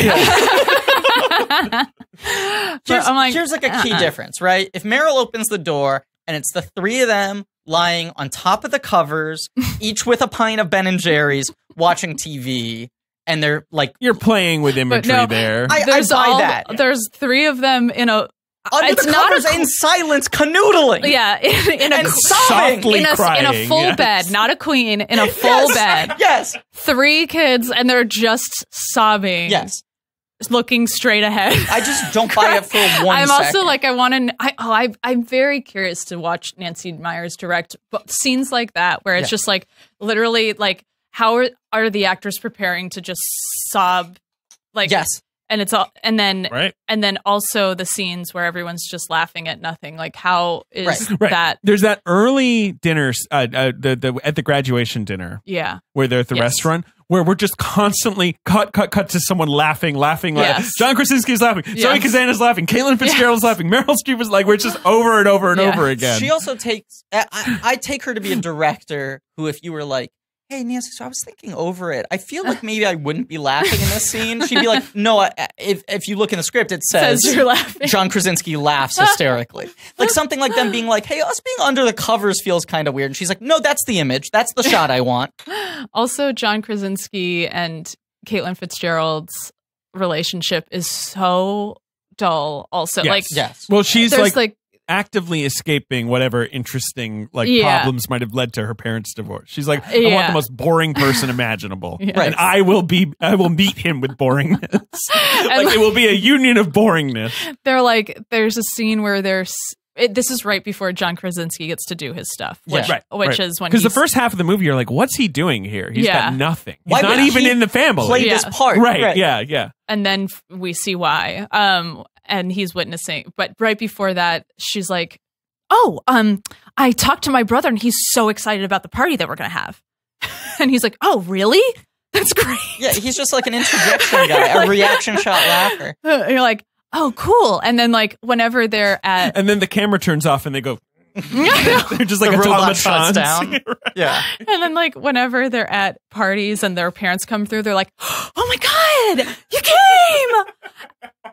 Like, my best friend, my mom, is here. And they go and have whatever, just their glass of white wine. Yeah, a glass of white wine. All together. I will say, I just finished watching Succession, which will be old news by the time this comes out. And Is it good? I need to watch. I like it. Yeah, I think it sort of falls apart in the last couple episodes, but it's a fun watch when you realize it's a comedy. Yeah. I was so against watching it because the ads all made it seem like it was a very torrid, power struggle it's drama. It's an Adam McKay thing. Yeah. Yes. But they're very similar in how there are these fucked up families with these weird power dynamics between them who are too close and too distant. Yes. And there are two characters on Succession who remind me a lot of Krasinski in this, where they're the outliers, the people who have married in or the distant cousins who keep on observing the power struggles and holding the secrets from everyone else. That's why Krasinski rules in this movie, is that he's playing a character. First, you're like, I guess he's just a nice, boring husband. Then you realize, no, he came into this thinking Caitlin Fitzgerald, she's very pretty, she's very together. It's a pleasant family, this nice is gonna kitchen. Be nice. And then, it's dawning on him, they're awful or insane. They're insane. This is terrible that I'm witnessing all this. And he just has to, absorb every blow into his body and, internalize it. Oh, my God. The amount of it's like a Kaiser Soze moment. I am in such a tough position. Yes, great. But also surrogate. the way that the kids respond to their parents hooking up is just so not the tears are what would happen with anyone I know would be you just tell everyone, you'd be like, oh my God, this is so my fucking parents nuts. are fucking again. Yeah, and even if you didn't find it funny, the next most logical reaction is just this is so fucking weird. This is odd. Break down crying, and she's like, why are you crying? They're like, we still haven't gotten over the divorce. This is so confusing. This overlaps with my other grief. Yes. I still have 6 years I've left. No reason to displace because everything else goes great for me. Which is also a reason why it would help if in this movie you saw one scene of them fighting before. Well, they that's what I'm saying. Together. All right. So the plot of the movie, is that Hunter Parrish graduates from college and Meryl and Alec get drunk and they fuck. Yes, and then Meryl barfs. Right, and it's a moment of vulnerability. And so then when they return, they fuck more. They keep having this affair, and there's this one great scene very early on that really feels like why Nancy Meyers is stands out, where she's like, don't look at me when I'm standing up. Yes. Yeah. Where you're kind of like, wow, that just wouldn't be in any movie. No one would sort of think to write that. And he goes, I've already seen everything. And she Things goes, look different when you're lying down. That's the line that I think is pretty great. that's a good line. That's a really good cutting line. And you're kind of like, this is what I came here for. Now, this is not my favorite Nancy Meyers. And a lot of the other stuff, you're kind of like, there's just nothing. Give me something to grab onto. But there are those scenes where you're into it. And then Meryl is just kind of like Meryl. So you kind of can just grab onto her. Right. And I think this was so peak America's love affair with Alec Baldwin now re-owning himself as the parody version of himself. Yeah. But I just find he's way too big in this movie. He is enjoyable. I think he's being asked to be really big. Not I don't think it's really his fault. Yeah. But you just go they're banking so hard on the idea that everyone loves Alec Baldwin as an asshole now. Oh man, this fucking cad. That's the crucial part where they're like, wouldn't you just succumb to this, wouldn't you? And I'm like, nope. I don't think that I would. Right. And Nicholson, I get it. Yes. Right. And maybe not everyone, but like I'm like, yeah, no, I get that. No, I I'd get be into Nicholson that. for Right. sure. Baldwin is just such a fucking moron in this movie too. Like It's every true. way he seduces her, she's just like, okay, first of all, I want you to know that what you're doing is dumb. Right. Secondly, I'm going to sleep with you in spite of that, not because of that. Right. And he's got like Belle and this kid Pedro, who I Pedro. guess is a nightmare, but I mean, just Who's kind of not seems his like a kid, 5-year-old. right? No, Who's it's not Lake his Belle's kid. Right. kid from a previous relationship. Right, because she also cheated on her relationship. Yeah, I mean, I like guess. the moral It of did. this is like that Nancy Myers lesson that you're supposed to learn is like, Yeah. don't marry your mistress. Right, You know, you cheaters gotta always like, cheat. yeah, Right. right. Because there's that scene at the beginning where at the party after you realize the audience is completely bamboozled by the crazy revolution that Alec Baldwin and Meryl Streep are no longer married.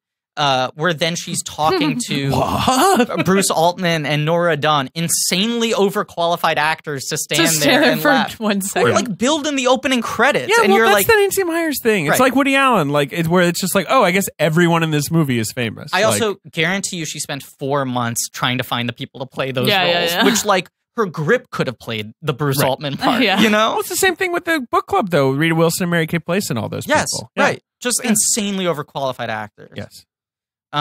It's just it's a fascinating little like ecosystem because after that it's like they just don't have friends anymore. No. You don't see them relate to you anyone see a book outside of club. their family. That's it. But then the book club disappears Yeah, like she halfway tells through them the they're movie. fucking Alec Baldwin, and Rita Wilson does what I can only describe as a rain dance. Yes. And Mary Kay Place quietly is like, this isn't good. He's married. Yeah. And everyone's like, shut up. In a more high Never concept speak again. in a more high concept movie, this would become like the first wives club premise It's not of even the a film book club. They're is just like like drinking buddies. They're a I wine guess. club. Yeah, it's Yeah. a Yeah. wine club. But in the more high concept version of this film, it would then become like a revenge movie where it's like, haha, we get it back. Yeah. Look at us. And instead Right. that's just like an angle of like she finds a little like perverse satisfaction in the fact Yeah. that she's now the other woman. It is funny, the scene where she tells the doctor she wants more sperm. That's Semen. probably my favorite joke. That's a funny joke. Wait, what? Did I miss that? Where he's like, if you take Flomax, like, you know, you get more, Oh. you get less semen. And he's like, right, my wife would be mad at me. Which and is the a doctor's misspeak. like, oh, I assume Meryl's your wife. And he sort of looks at her and she's like, yeah, I like a lot of semen. I think she says Funny. can't get enough of it. I must have, I don't know, been looking up Nancy Myers in that It's moment. pretty Yes. easy to zone out during Or it. going to And I the- don't the mean Crate that. But that's, Merrill I do. website. I am sad I missed that. It's a because good- that it's a is- good I'll one. rewatch it. And though. then on it goes. She's sleeping with Baldwin. Steve Martin stands there nicely waiting for the movie to end. Right. Sometimes it's like not romantic. Sometimes Sure. they're going on full on dates. Sure. And then the movie ends, and then there's half an hour more movie. Right, which is Yeah. mostly her like talking to her kids. And Steve Martin and Alec Baldwin. She has Right. to have a conversation with Alec Baldwin on her porch swing. She has to have a conversation with Steve Martin I know. in It his also apartment or whatever. Feels, I really am feeling the lack of the girlfriend circle again because I'm Yeah. like, this Yeah, they is where need the one real more scene. discussions Right. Yeah, come. yeah, yeah. Where you- Also, like, where the you court. like, yes, the court, and this is where you actually say what you're really feeling about Right. each person Mhm. and what you're, and also like that first scene, a little bit annoyed me because Rita Wilson's like, you gotta get out there and date. Where I'm like, all of these women would be like, and also one of them, her husband is dead, I guess. Yes. All of them would be like, doesn't it suck to be an older woman, Right. an older single woman? But they're Right. just like, They're all, like, all if you don't get laid, surrounding your Meryl. vagina closes Yeah. up. Yeah. I know. Jeez. Like it literally closes up. I'm like, And Mary Kay Place, the only rational Yeah, one, she's again, like, it's like, they it weren't was never, ever closed. yeah, it was never closed, you idiots. Closed when you were a child. Like, what are you talking about? Only true love's curse can open. And then I'm like, I guess the rest of them all have very active, good dating lives Yeah, That well, we she don't never see or that we hear don't about. see Right, other yeah. than they're just like, we're dating and it's great and you've just got to date. And also like that whole thing, that trope of like the friends all solving one friend's problem. Yes. Yes, right. I mean, this is the thing I find fascinating about the Nancy Myers movies is like if you actually try to like work out the logic of anything, Right. it is maddening. Yeah. So Sure. you either just have to like let your defenses down and give into it, in which case the movie just like casts a fucking spell over you. Right. Yeah, it's the Xanax argument has always been like with these movies where eventually, right, you just sort of pop the pill and then suddenly you feel very relaxed, Right. and calm, And you're like, the okay, movie just you know sort what? of This is embraces like you. Lord of the Rings. This world has its own rules. Yeah. These people don't resemble But human beings. My argument with It's Complicated is that these are human beings and they live among us, and Nancy is showing them to us. That is my big argument with this movie. People are like, this movie is a fantasy. I'm like, no, it's not. Yeah, wake up, I mean, buddy. there's certainly like, real people. This is reality. But it isn't complicated. You mean That's like true. you mean It's you're just not. mad about the title? Like it's not that no, complicated. these characters don't have complicated lives and Fair point. relationships and the way the story plays out. You I guys think just it's summarize complicated. the plot like very quickly. The kitchen, she wants to walk right from the kitchen to her bedroom, and she can't do that. I love something. I can't remember. So hiring architect, taken I her- could say that could be complicated. It's complicated. Yeah. A lot of the big thing she says zoning laws that I to contend love. with. Because she keeps saying in the beginning, like, finally, I'm going to have a real kitchen. She's a fabulous kitchen. She has a great doesn't she say at one point, like, a real kitchen, with 4 walls? Yeah, she says that. She refers to it as like a room. Right, and it's like, that's your problem, is that the kitchen isn't closed off from the Also, dining room, I'm that a it's little continuous. confused about what's happening because I guess she's going to keep that other part of the house too, but Yes. this Is part that is like also her going to fuck have palace now? is Like, also going to have a bedroom and his and her sinks, but not his and her sinks, just her sinks. Right. Which also I did like that because I'm like, I get it. I get how like the one sink would sort of would feel glare at bad. you. Yeah. And you'd be like, do I switch sinks just to kind of keep the sinks fresh? There's also that part where she's like, can't we like move it back a couple more feet, like this and that? And he's Right. like, yeah, you could do that if you want your bedroom to be in the ocean. like, okay, It's like, wait, relax, what? Where did- Martin. Is she that like on the No. like the cusp of a No, mountainside? she's not. Right. She cresting. Wait, there was something else about the kitchen. No, sorry, go ahead. Well, just I guess the thing that makes Steve Martin the right man for her is that he like was able to apparently she's been very picky about these blueprints and then like in walks Steve and this is the first time she's seeing the blueprints. He gets and it. Right. He gets it. He gets it. He said, And I loved the considerate idea for the stairs to be the stairs to be over there, which is also like, I don't know, just a funny thing to be so like impressed by placement of stairs. Yes. Well, this gets into the Romley argument, but you go like, what's the only thing that gives her both pure unadulterated joy and like great consternation in the movie? It is this kitchen, right? Yeah. And Steve Martin is the one man who can give her the kitchen that she wants. It's true. He is in charge of the kitchen. She can right. afford it, but he understands what And she wants if out the of the kitchen is the metaphor for like her new chapter in Right. life. Like I guess he's like the gatekeeper. Yeah. But I also couldn't she use, just go to her business, Right. which has an industrial kitchen, Yes. and cook whatever the fuck she wants? Because she does. She just goes in the middle of the night and makes shit late at night. Yeah, with Steve exactly. Martin. Yeah. And also, she It's like makes she a has whole 2 chocolate cake kitchens. for a date. She Yeah. has 2 kitchens. She has 2 kitchens. Two She already. already has 2 She needs a kitchens. 3rd kitchen. Who she's never entertaining except Rita Wilson just needs wine. She doesn't eat food. Okay, so this feels like a good point to drop in. Of course, the recurring segment we've done. Romilly's test Romley's kitchen. Corner. Oh yeah. Romley's doing kitchen reports for every one of these movies, so we're going to cut now to Romley with the kitchen corner. I mean, this is the main event. This I is the feel one. like. Yeah. This is the one. Welcome to Romilly's Kitchen Corner. And here is your host, Miss Romilly Newman, in her kitchen. Oh, I didn't see you there. Welcome to my kitchen. And today, I'm talking about Meryl Streep's famous kitchen. And I just have to quickly, this is kind of the biggest thing to talk about, is that the entire plot of the movie is kind of based around the fact that she's designing her dream kitchen, and she has this kitchen. And I just don't quite understand what her dream kitchen looks like, if this is just her, like, throwaway kitchen. But anyway, this is a great kitchen. The kitchen in this movie is the main focus of the house. You have that amazing archway, huge stove, which is in the corner, which I usually don't like, but it has this like own little nook. It has its place. You have the pots hanging above the stove, amazing marble island, that famous window that she's dancing in front of while she's making her ice cream for Steve Martin, who's such a cutie. And then you have you have all these plates organized. It's an amazing kitchen, and it's very much it's conducive to cooking, which I think is important because some of these kitchens are a little bit more showrooms. But I want to see her dream kitchen. Okay, thank you, Romley. Special correspondent Romley Newman with her kitchen corner.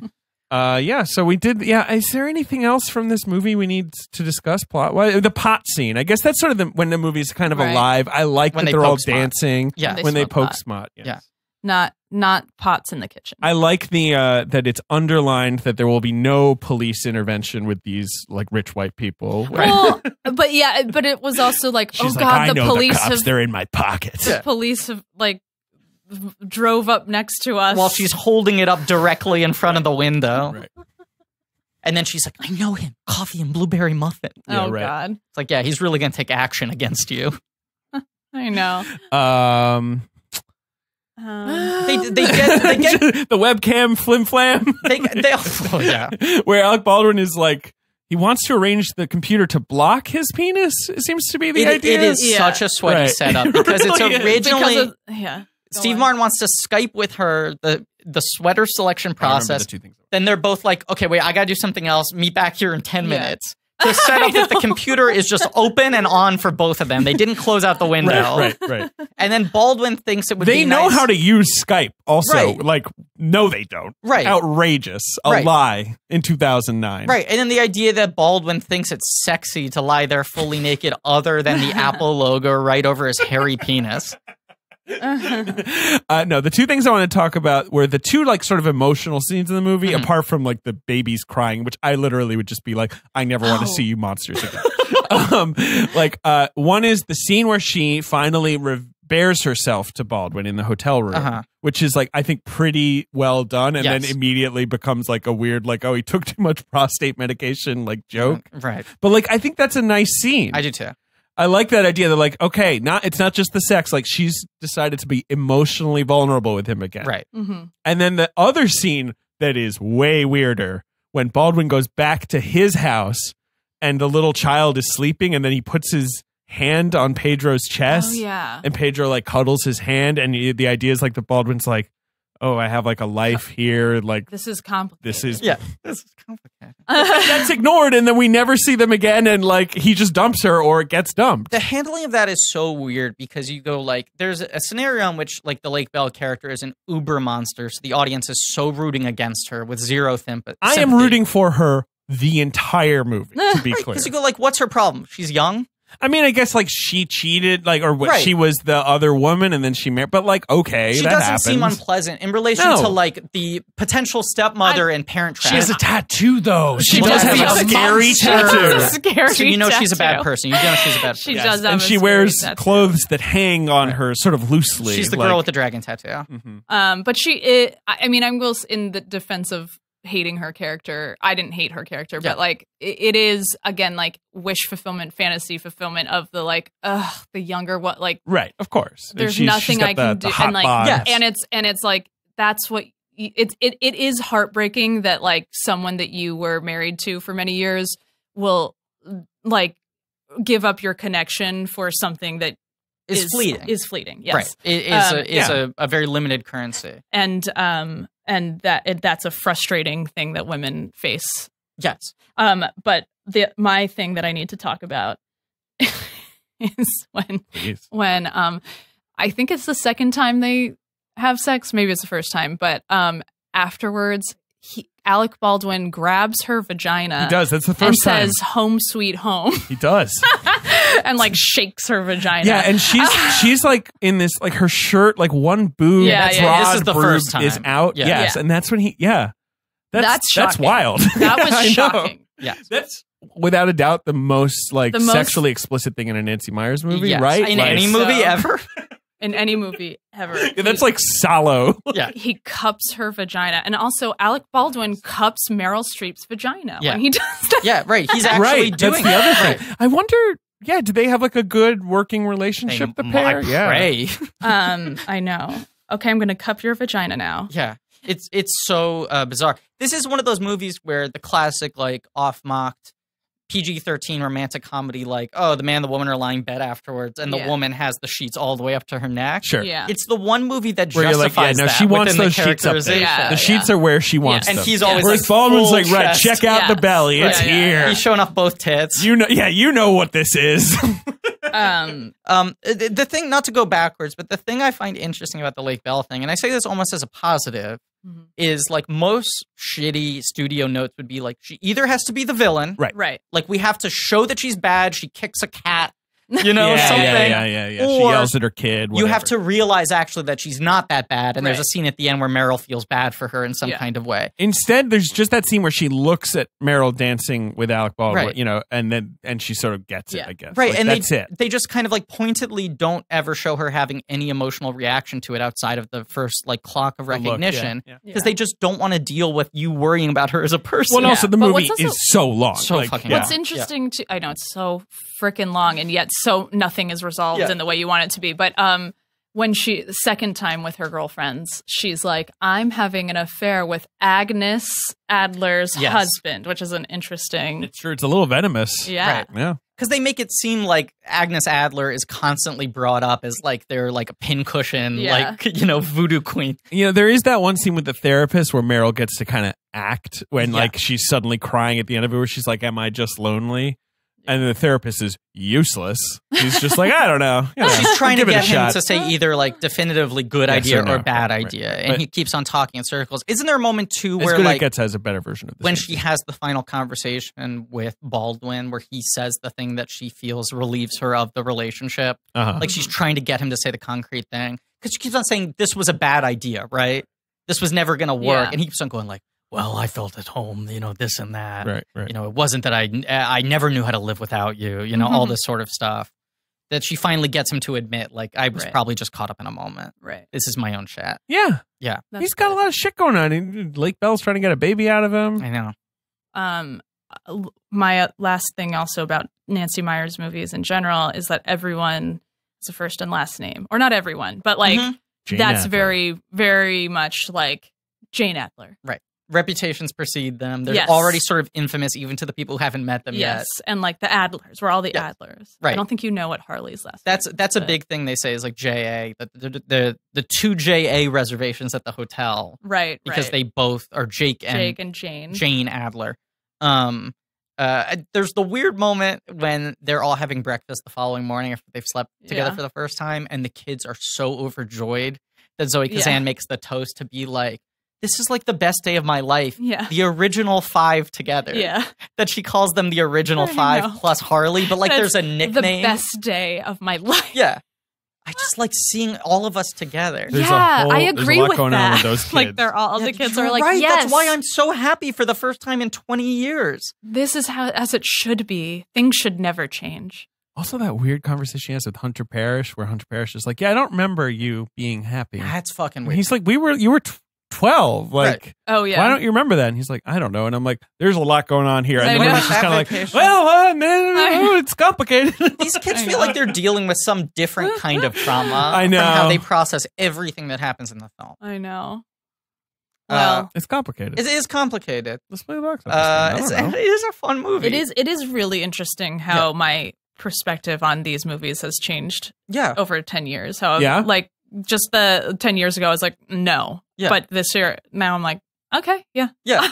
Well, the idea Yeah. of being like a $70 million movie about Right. grown-ups and their relationship. I mean, Yeah. that's our big blank check argument for her. She's making a movie that just doesn't exist otherwise, No. basically, at this point and in the she, culture. if you follow her on social media, which I recommend, she's really fucking good on Instagram. She is. Okay. She's okay. constantly posting about like the fact that Hollywood doesn't think romantic comedies are bankable. Right. Right. And we're in this weird swing now We're where in it's this starting to go moment where back. people are like, "Oh no, like it's sparking again." You've had like, these couple Netflix romantic comedies that have like been really well received. You've gotten this sort of oversized Which ones have reaction. been? Set It Up and To All the Boys I Ever Loved Before, which Right. I actually like both of them. I actually think the Oh, I second one's have not genuinely seen good. it, but it does keep coming up on my Netflix. I but will I also say- think it's just that thing. Like, we're just also We're thirsty so hungry for it. Yeah, And I think they're both very Netflixy. Like they don't feel like theatrical films. There's something to I disagree. Nancy on Myers- the second one. I Oh, think the second okay. one is Wait, which two are genuine. they? That's the To All teen the one. Boys I Ever Yeah, Loved that's And what's Before. the other one? That's like a well-made movie. Set It Up Set It is Up like is Set It a Up. workplace.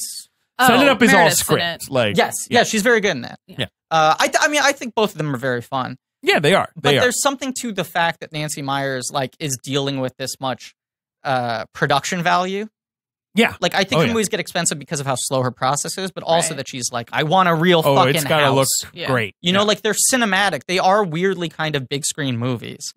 And then Crazy Rich Asians is now, like, blowing up the box office. But that has all this whole other narrative tied onto it. Well, and also, Crazy Rich Asians got, like, the sort of blowback that this got, where people, you know, not people like the movie and it's doing really well, but some people are like, oh, why do I have to care about these rich people? Like, you know, why they don't have problem, you know.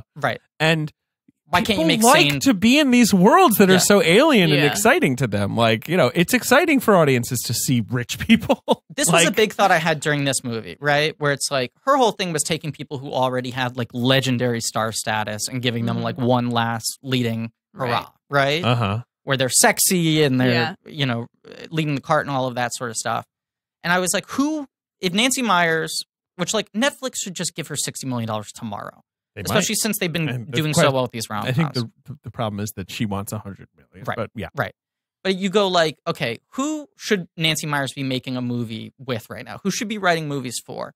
And then I started thinking of it from the opposite direction, which it's like, if I were Jennifer Lawrence, I would immediately go, Nancy Meyers, write a movie for me. All these young female stars who haven't been able to have that portion of their career because rom-coms don't get made anymore. Someone like Jennifer Lawrence, who's been in such a genre zone, despite being like this huge leading lady, you're like, it would benefit her to have like a My Best Friend's Wedding. But Jennifer Lawrence made her blank check movie, which is Red Sparrow. I know. Yeah. That's the movie she had total control over every part of. But that's where she wanted us to see. I know. That's why I wonder. One reason I love it. If it would not be a smart move for her to go like, Nancy Meyers, I place me in your hands, write a movie for my star persona. You know, rather than the older generation who don't get to do these movies anymore, it's really like the Emma Stones who should be going to Nancy Meyers and being like, please let me do this. Let me be fun in a movie. Well, Emma Stone's doing great. She's doing great. J-Law, maybe could use she might Nancy. need a bit of an adrenaline boost. Can we play the box office? So I try to guess the box office the weekend the movie came out, and I'm insane. And this is the one movie thing came out stays in my Christmas Day, Right. 2009. And this was a big Christmas. It made 112 million domestic, 219 worldwide. Solid hit. I believe that this Christmas, It was number 4 at the box office, $22 million. I think that Christmas Day 2009 was maybe the biggest single day in the North American box office history. Quite possible. Because it was like 4 huge openers, correct? Correct. Well, one of them is not an opener. Oh, okay. So number 1 is second week of Avatar, correct? Yeah.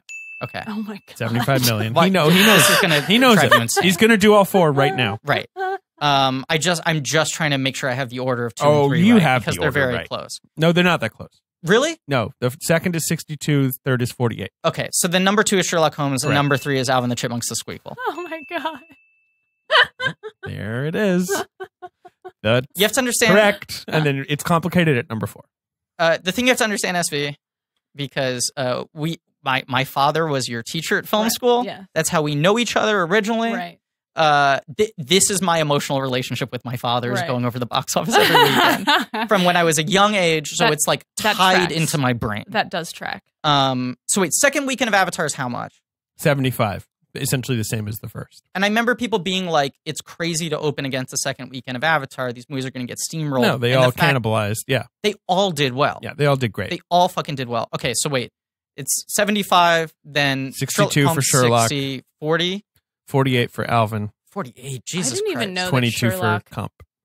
I don't even know there was a movie. The Robert Downey Jr. Robert one. Downey Jr., They made Jude Law, 2 of Rachel them. McAdams, Wow. 2. directed by Guy Ritchie, Yes. Wow. Sherlock Holmes. Sherlock Holmes. And then number 5 Yeah. is not an opener, right? No, it's been in the box office for 6 weeks. It's one of the huge hits of the year. It wins an Oscar. Oh, The Blind Side? The Blind Side. Oh my god. What's it up to at this The point? Blind. Oh, The Blind Side. It's made 184 on the way to 255. That's insane. It still has that much more to go. You also have Up in the Air, The Princess and the Frog. Yeah. 9. Did you hear about the Morgans? I did, yeah. I heard about 'em. Not so great. No. And Invictus. Do you want to hear something fascinating? And past guest Chris Weitz's New Moon. Hey, Yeah. hey, no, big hit. Big Past and future guest. big Steve Martin stan. We we've recorded just behind the scenes peek this episode and the Billy Lynn episode within a 1 week Yeah, period. very so I've close. been in a very big like Steve Martin trying to stretch Real himself. white hair Steve Martin phase. Right. Yes, exactly. Because for the years leading up to that, I was like, when's someone it's not gonna gray, like it's white. give Steve Martin? Because especially in the aughts, Steve Martin is mostly doing family comedies, Sure. kind of marginally, right? Successfully, but movies I don't find very funny. And I was like, when's someone going to give him a real meaty role again, kind of establish him in a different way? Do you know that Steve Martin was Jason Reitman's backup choice for Up in the Air? No, that's interesting. He was like, I wrote it for Clooney. That's I a wanted different- Clooney. That's a different movie. If Clooney had passed, I would have rewritten it for Steve Martin. Those were the only two guys I thought could do it. It's an interesting movie. Interesting. If it's him, it's like a totally different Yeah. movie. Yeah. Especially just I would being like that that. much older. I kind of feel I like wish I'd it would prefer have that. been that. Clooney's, Yeah. Clooney's great and Up in the Air. That's a great performance, but it's also like the Clooney thing. We know it fits into the Clooney narrative. It would have been so surprising to Yeah. see Steve Martin. Yeah, do I get that argument. Yeah. It's also whatever. Yeah. Forget my thoughts. Say it. No, it's just like Clooney. Like I don't need your suffering doesn't Exactly. like Oh, it doesn't move me. I love Clooney suffering. And I'm he's a not big Clooney suffering. fan. He's not. No, he just sold his tequila he's so company. like outside of it. Like he's not like I can see Steve Martin really having this pain, but Clooney's kind of. Yes. And I love George Clooney, but he's not selling it because I don't know. He's observing it. There's something to the weird high art, low There's something art. that's got to give. Something's got to give. First of all, something's got to give. And it's complicated. It is complicated, and also Father of the Parent Bride. Trap. And let the body hit the floor. Father of the Bride, written by Nancy Myers. Nancy Well, yeah, no, that's And why I directed said by it. her husband. Well, also Steve Martin's in it. Yeah. I thought she had directed it, but I No. guess. I mean, The success of those ones are the one that got her Parent Trap, I would Got you. argue. Yeah. But what was I going to say about? Oh, okay. So she wrote it. So okay, Yeah. because the houses in that again, it's like Yes. one really nice house to the. Well, they were very much a Even team nicer. at that point. I think you look at like, starting with like Private Benjamin up to Father of the Bride, she starts having more and more say in the movies, Right. Even on a visual level. So that's why she gets to do Parent Trap. What was the thing you were very loudly going to proclaim? I know we're already doing a bonus episode, but I'd love to do a second bonus episode on Father of the Bride Part 2. We're going to save that for the Troll Giant. Right? Yeah, that's right. Damn right we Father are. of the Bride Part 2 is insane, though. We've talked That about movie's before. insane. It's insane. Yeah. I don't think I've seen it. I've seen it like 100 times for some reason. Like Diane- I had it on someone video else or Diane something. gets pregnant. Oh, right. Diane And their Keaton daughter gets and pregnant. At the Kimberly same time. Williams get Right. pregnant. Yes. The thing I was going to say that I think is interesting about Steve Martin that no one's totally hit on and how to use him in a more dramatic or at least less overtly comedic way is this weird high art, low art thing with him where he's known for being so goofy in his comedy, doing these paycheck movies that are so broad and straight down the like middle. your Pink Panthers. Right. And then he's this super erudite guy who writes like Picasso plays. Right. And like when he does like live engagements, just want to do like Just wants to do play the art fucking talks and banjo. play the Right. banjo. Yeah. And so there's something about him like compartmentalizing the areas of his life and Yeah. wishing that he was able to make the high art accessible to other Yes. people, that the two things have to be separated. Yeah. That kind of leaves him with an underlying sadness that I find Yes. compelling. Yes. That's my take. And I'm sticking That's to nice. it. Ben is throwing his hands down. How you He doing, wants this Ben? episode Did you to like be the done. movie? Didn't watch it? No, I watched it. Yeah. I didn't like. Well, it was fine. It's kind of a neighbor to Spanglish, but you're more into the rawness of Spanglish, I feel like. Oh, I love Spanglish. Really? Oh you my got god. a friend in Ben. Do you hate it? I don't like it. That movie makes I me love feel it. insane. Is it because the ending is so upsetting? I find the whole movie upsetting. The whole movie is very discombobulated. It's interesting when you compare the two movies. Uh-huh. Spanglish sort of portrays this like wealthy sort of family, and specifically the mother, as crazy people. Yes. Yeah. You know, and it sort of Right. seems like Sandler's relationship with the Floor. Floor Floor. character Floor. is like they're kind of more grounded, real people. Sure. Whereas this movie is just, I don't know. I'm not Yeah, from this movie is like, I'm oh, not they're from all a grounded. I'm from a literal. I grew up in a ditch, okay, Wow. in New Jersey, and I see this movie and I'm just like, I it's like David said, it's kind of interesting to watch play Right, out. right. It feels like a nice, gentle little story, but I'm also like, I don't know. Fuck these people and their fucking Yeah. rich person bullshit. It's not complicated. Ben set fire to Santa Barbara. I'm living on a motherfucking floor, the air mattress, fucking trying to complicated. navigate my goddamn life, figure out Wait, fucking... are you talking about It's Complicated or Spanglish? Both? It's complicated. And then It's he's rolling his complicated. own life into it. Yeah. I'm Yeah. just saying, Right, it I doesn't understand. seem complicated to me at all. It seems like you have a really nice life. You got great kids. Everyone's well-adjusted. I don't know. What about how complicated and you it is, just though? like are kind of horny. Right. Right. And you like Spanglish. And I like Spanglish. You love okay. Spanglish. I you're- want to be clear on that. You're saying Spanglish works because it's the outsiders looking into it. That's sort of the audience perspective. In this movie, Right. asks you to fully this believe movie's in like a they're world where nice and orcs run normal. wild. They have Yeah. problems, and you're like, they do, and they're like, yeah. And like, I that's also it. The understand. movie hugs you until you just accept it. Weird timeline of us recording these episodes. Ben is currently still in his state of being functionally homeless. Keep watching track, a movie guys. where people are Hashtag blank check frustrated about timeline. their Having kitchen is an more- 8 rather than a 9. Trying to get more homes. Right. Get more kitchens in Right. your life. right. One day I'll have input on a kitchen that I use. One day. I just look at this movie and I'm like, I'd never want to deal with that. Yeah, I know. The That's a major good point. upheaval of having like your whole home like disrupt. I don't care how much better it's going to be. I just want to stay the same. Also, Yes, you do. Doesn't if seem we, like if is the kitchen, because remember he's like, it's down a hallway. Yeah, it's down a hallway. So she's adding another kitchen, Yes, and correct. usually kitchens are off of like the common room. Correct. No, She no, wants no. 4 walls. She wants 4 walls. She Ben. wants a And a door. hallway to like just like a Yeah. a complete dungeon like, kitchen. Yeah, Yes, exactly. no one does that. Well, she's doing it. Yeah. She's the But first. she's also getting a bedroom because then she's going to have the view. Right. Yeah. Right. That's going to be inside the ocean. cool. So she's Which was- adding to her complex. I Yeah, know. exactly. She's She's building a adding compound. another house to her. Yes. It's not just a kitchen. It's Right. No. But I guess it's another house that's based around the kitchen. Yes. This is all correct. Santa Yeah, Barbara, you- baby. You have nailed it.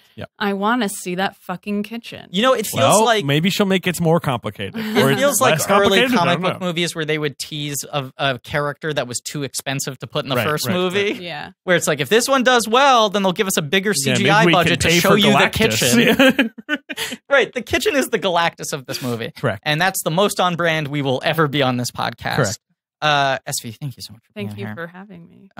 You're a week away from production on season 3. Yeah, Feeling good about I everything. am. Yeah. Season 1 and 2 streaming now, still on TBS? Yes, TBS. I wish I could say Netflix, other platforms, but you could also get it on. You could buy it on Amazon. Yeah. Great company Hey, never did anything wrong. You know about Amazon. I do, yeah. I will say, I've said this to other people, and this is that embarrassing thing where I embarrass our guests. But I was in Fort Tilden, which was your thesis project for film school. Yes. Was made for a microscopic amount of money Yes. with a crew of barely more people than are in this room right now. Yes.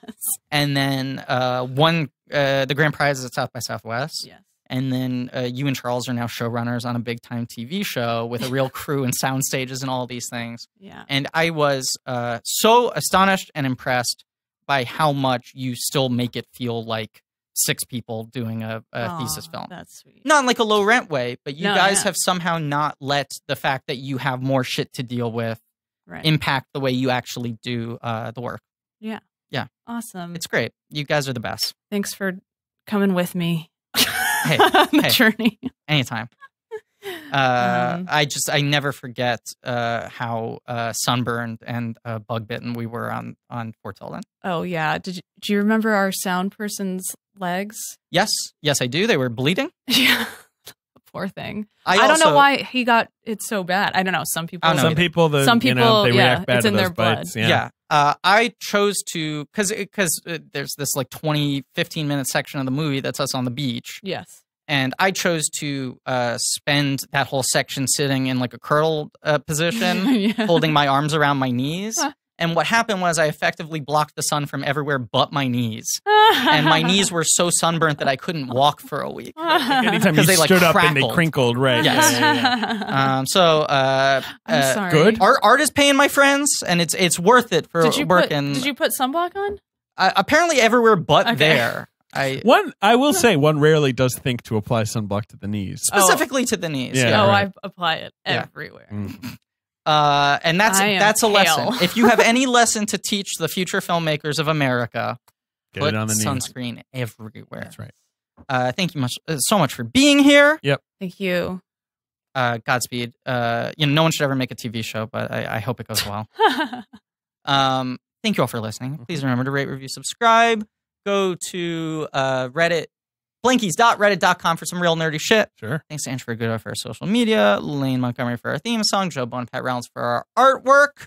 Buy our merch at TeePublic. Oh yeah, go to TeePublic, buy some merch. Yeah. And as always, gotta four-wall that kitchen, baby.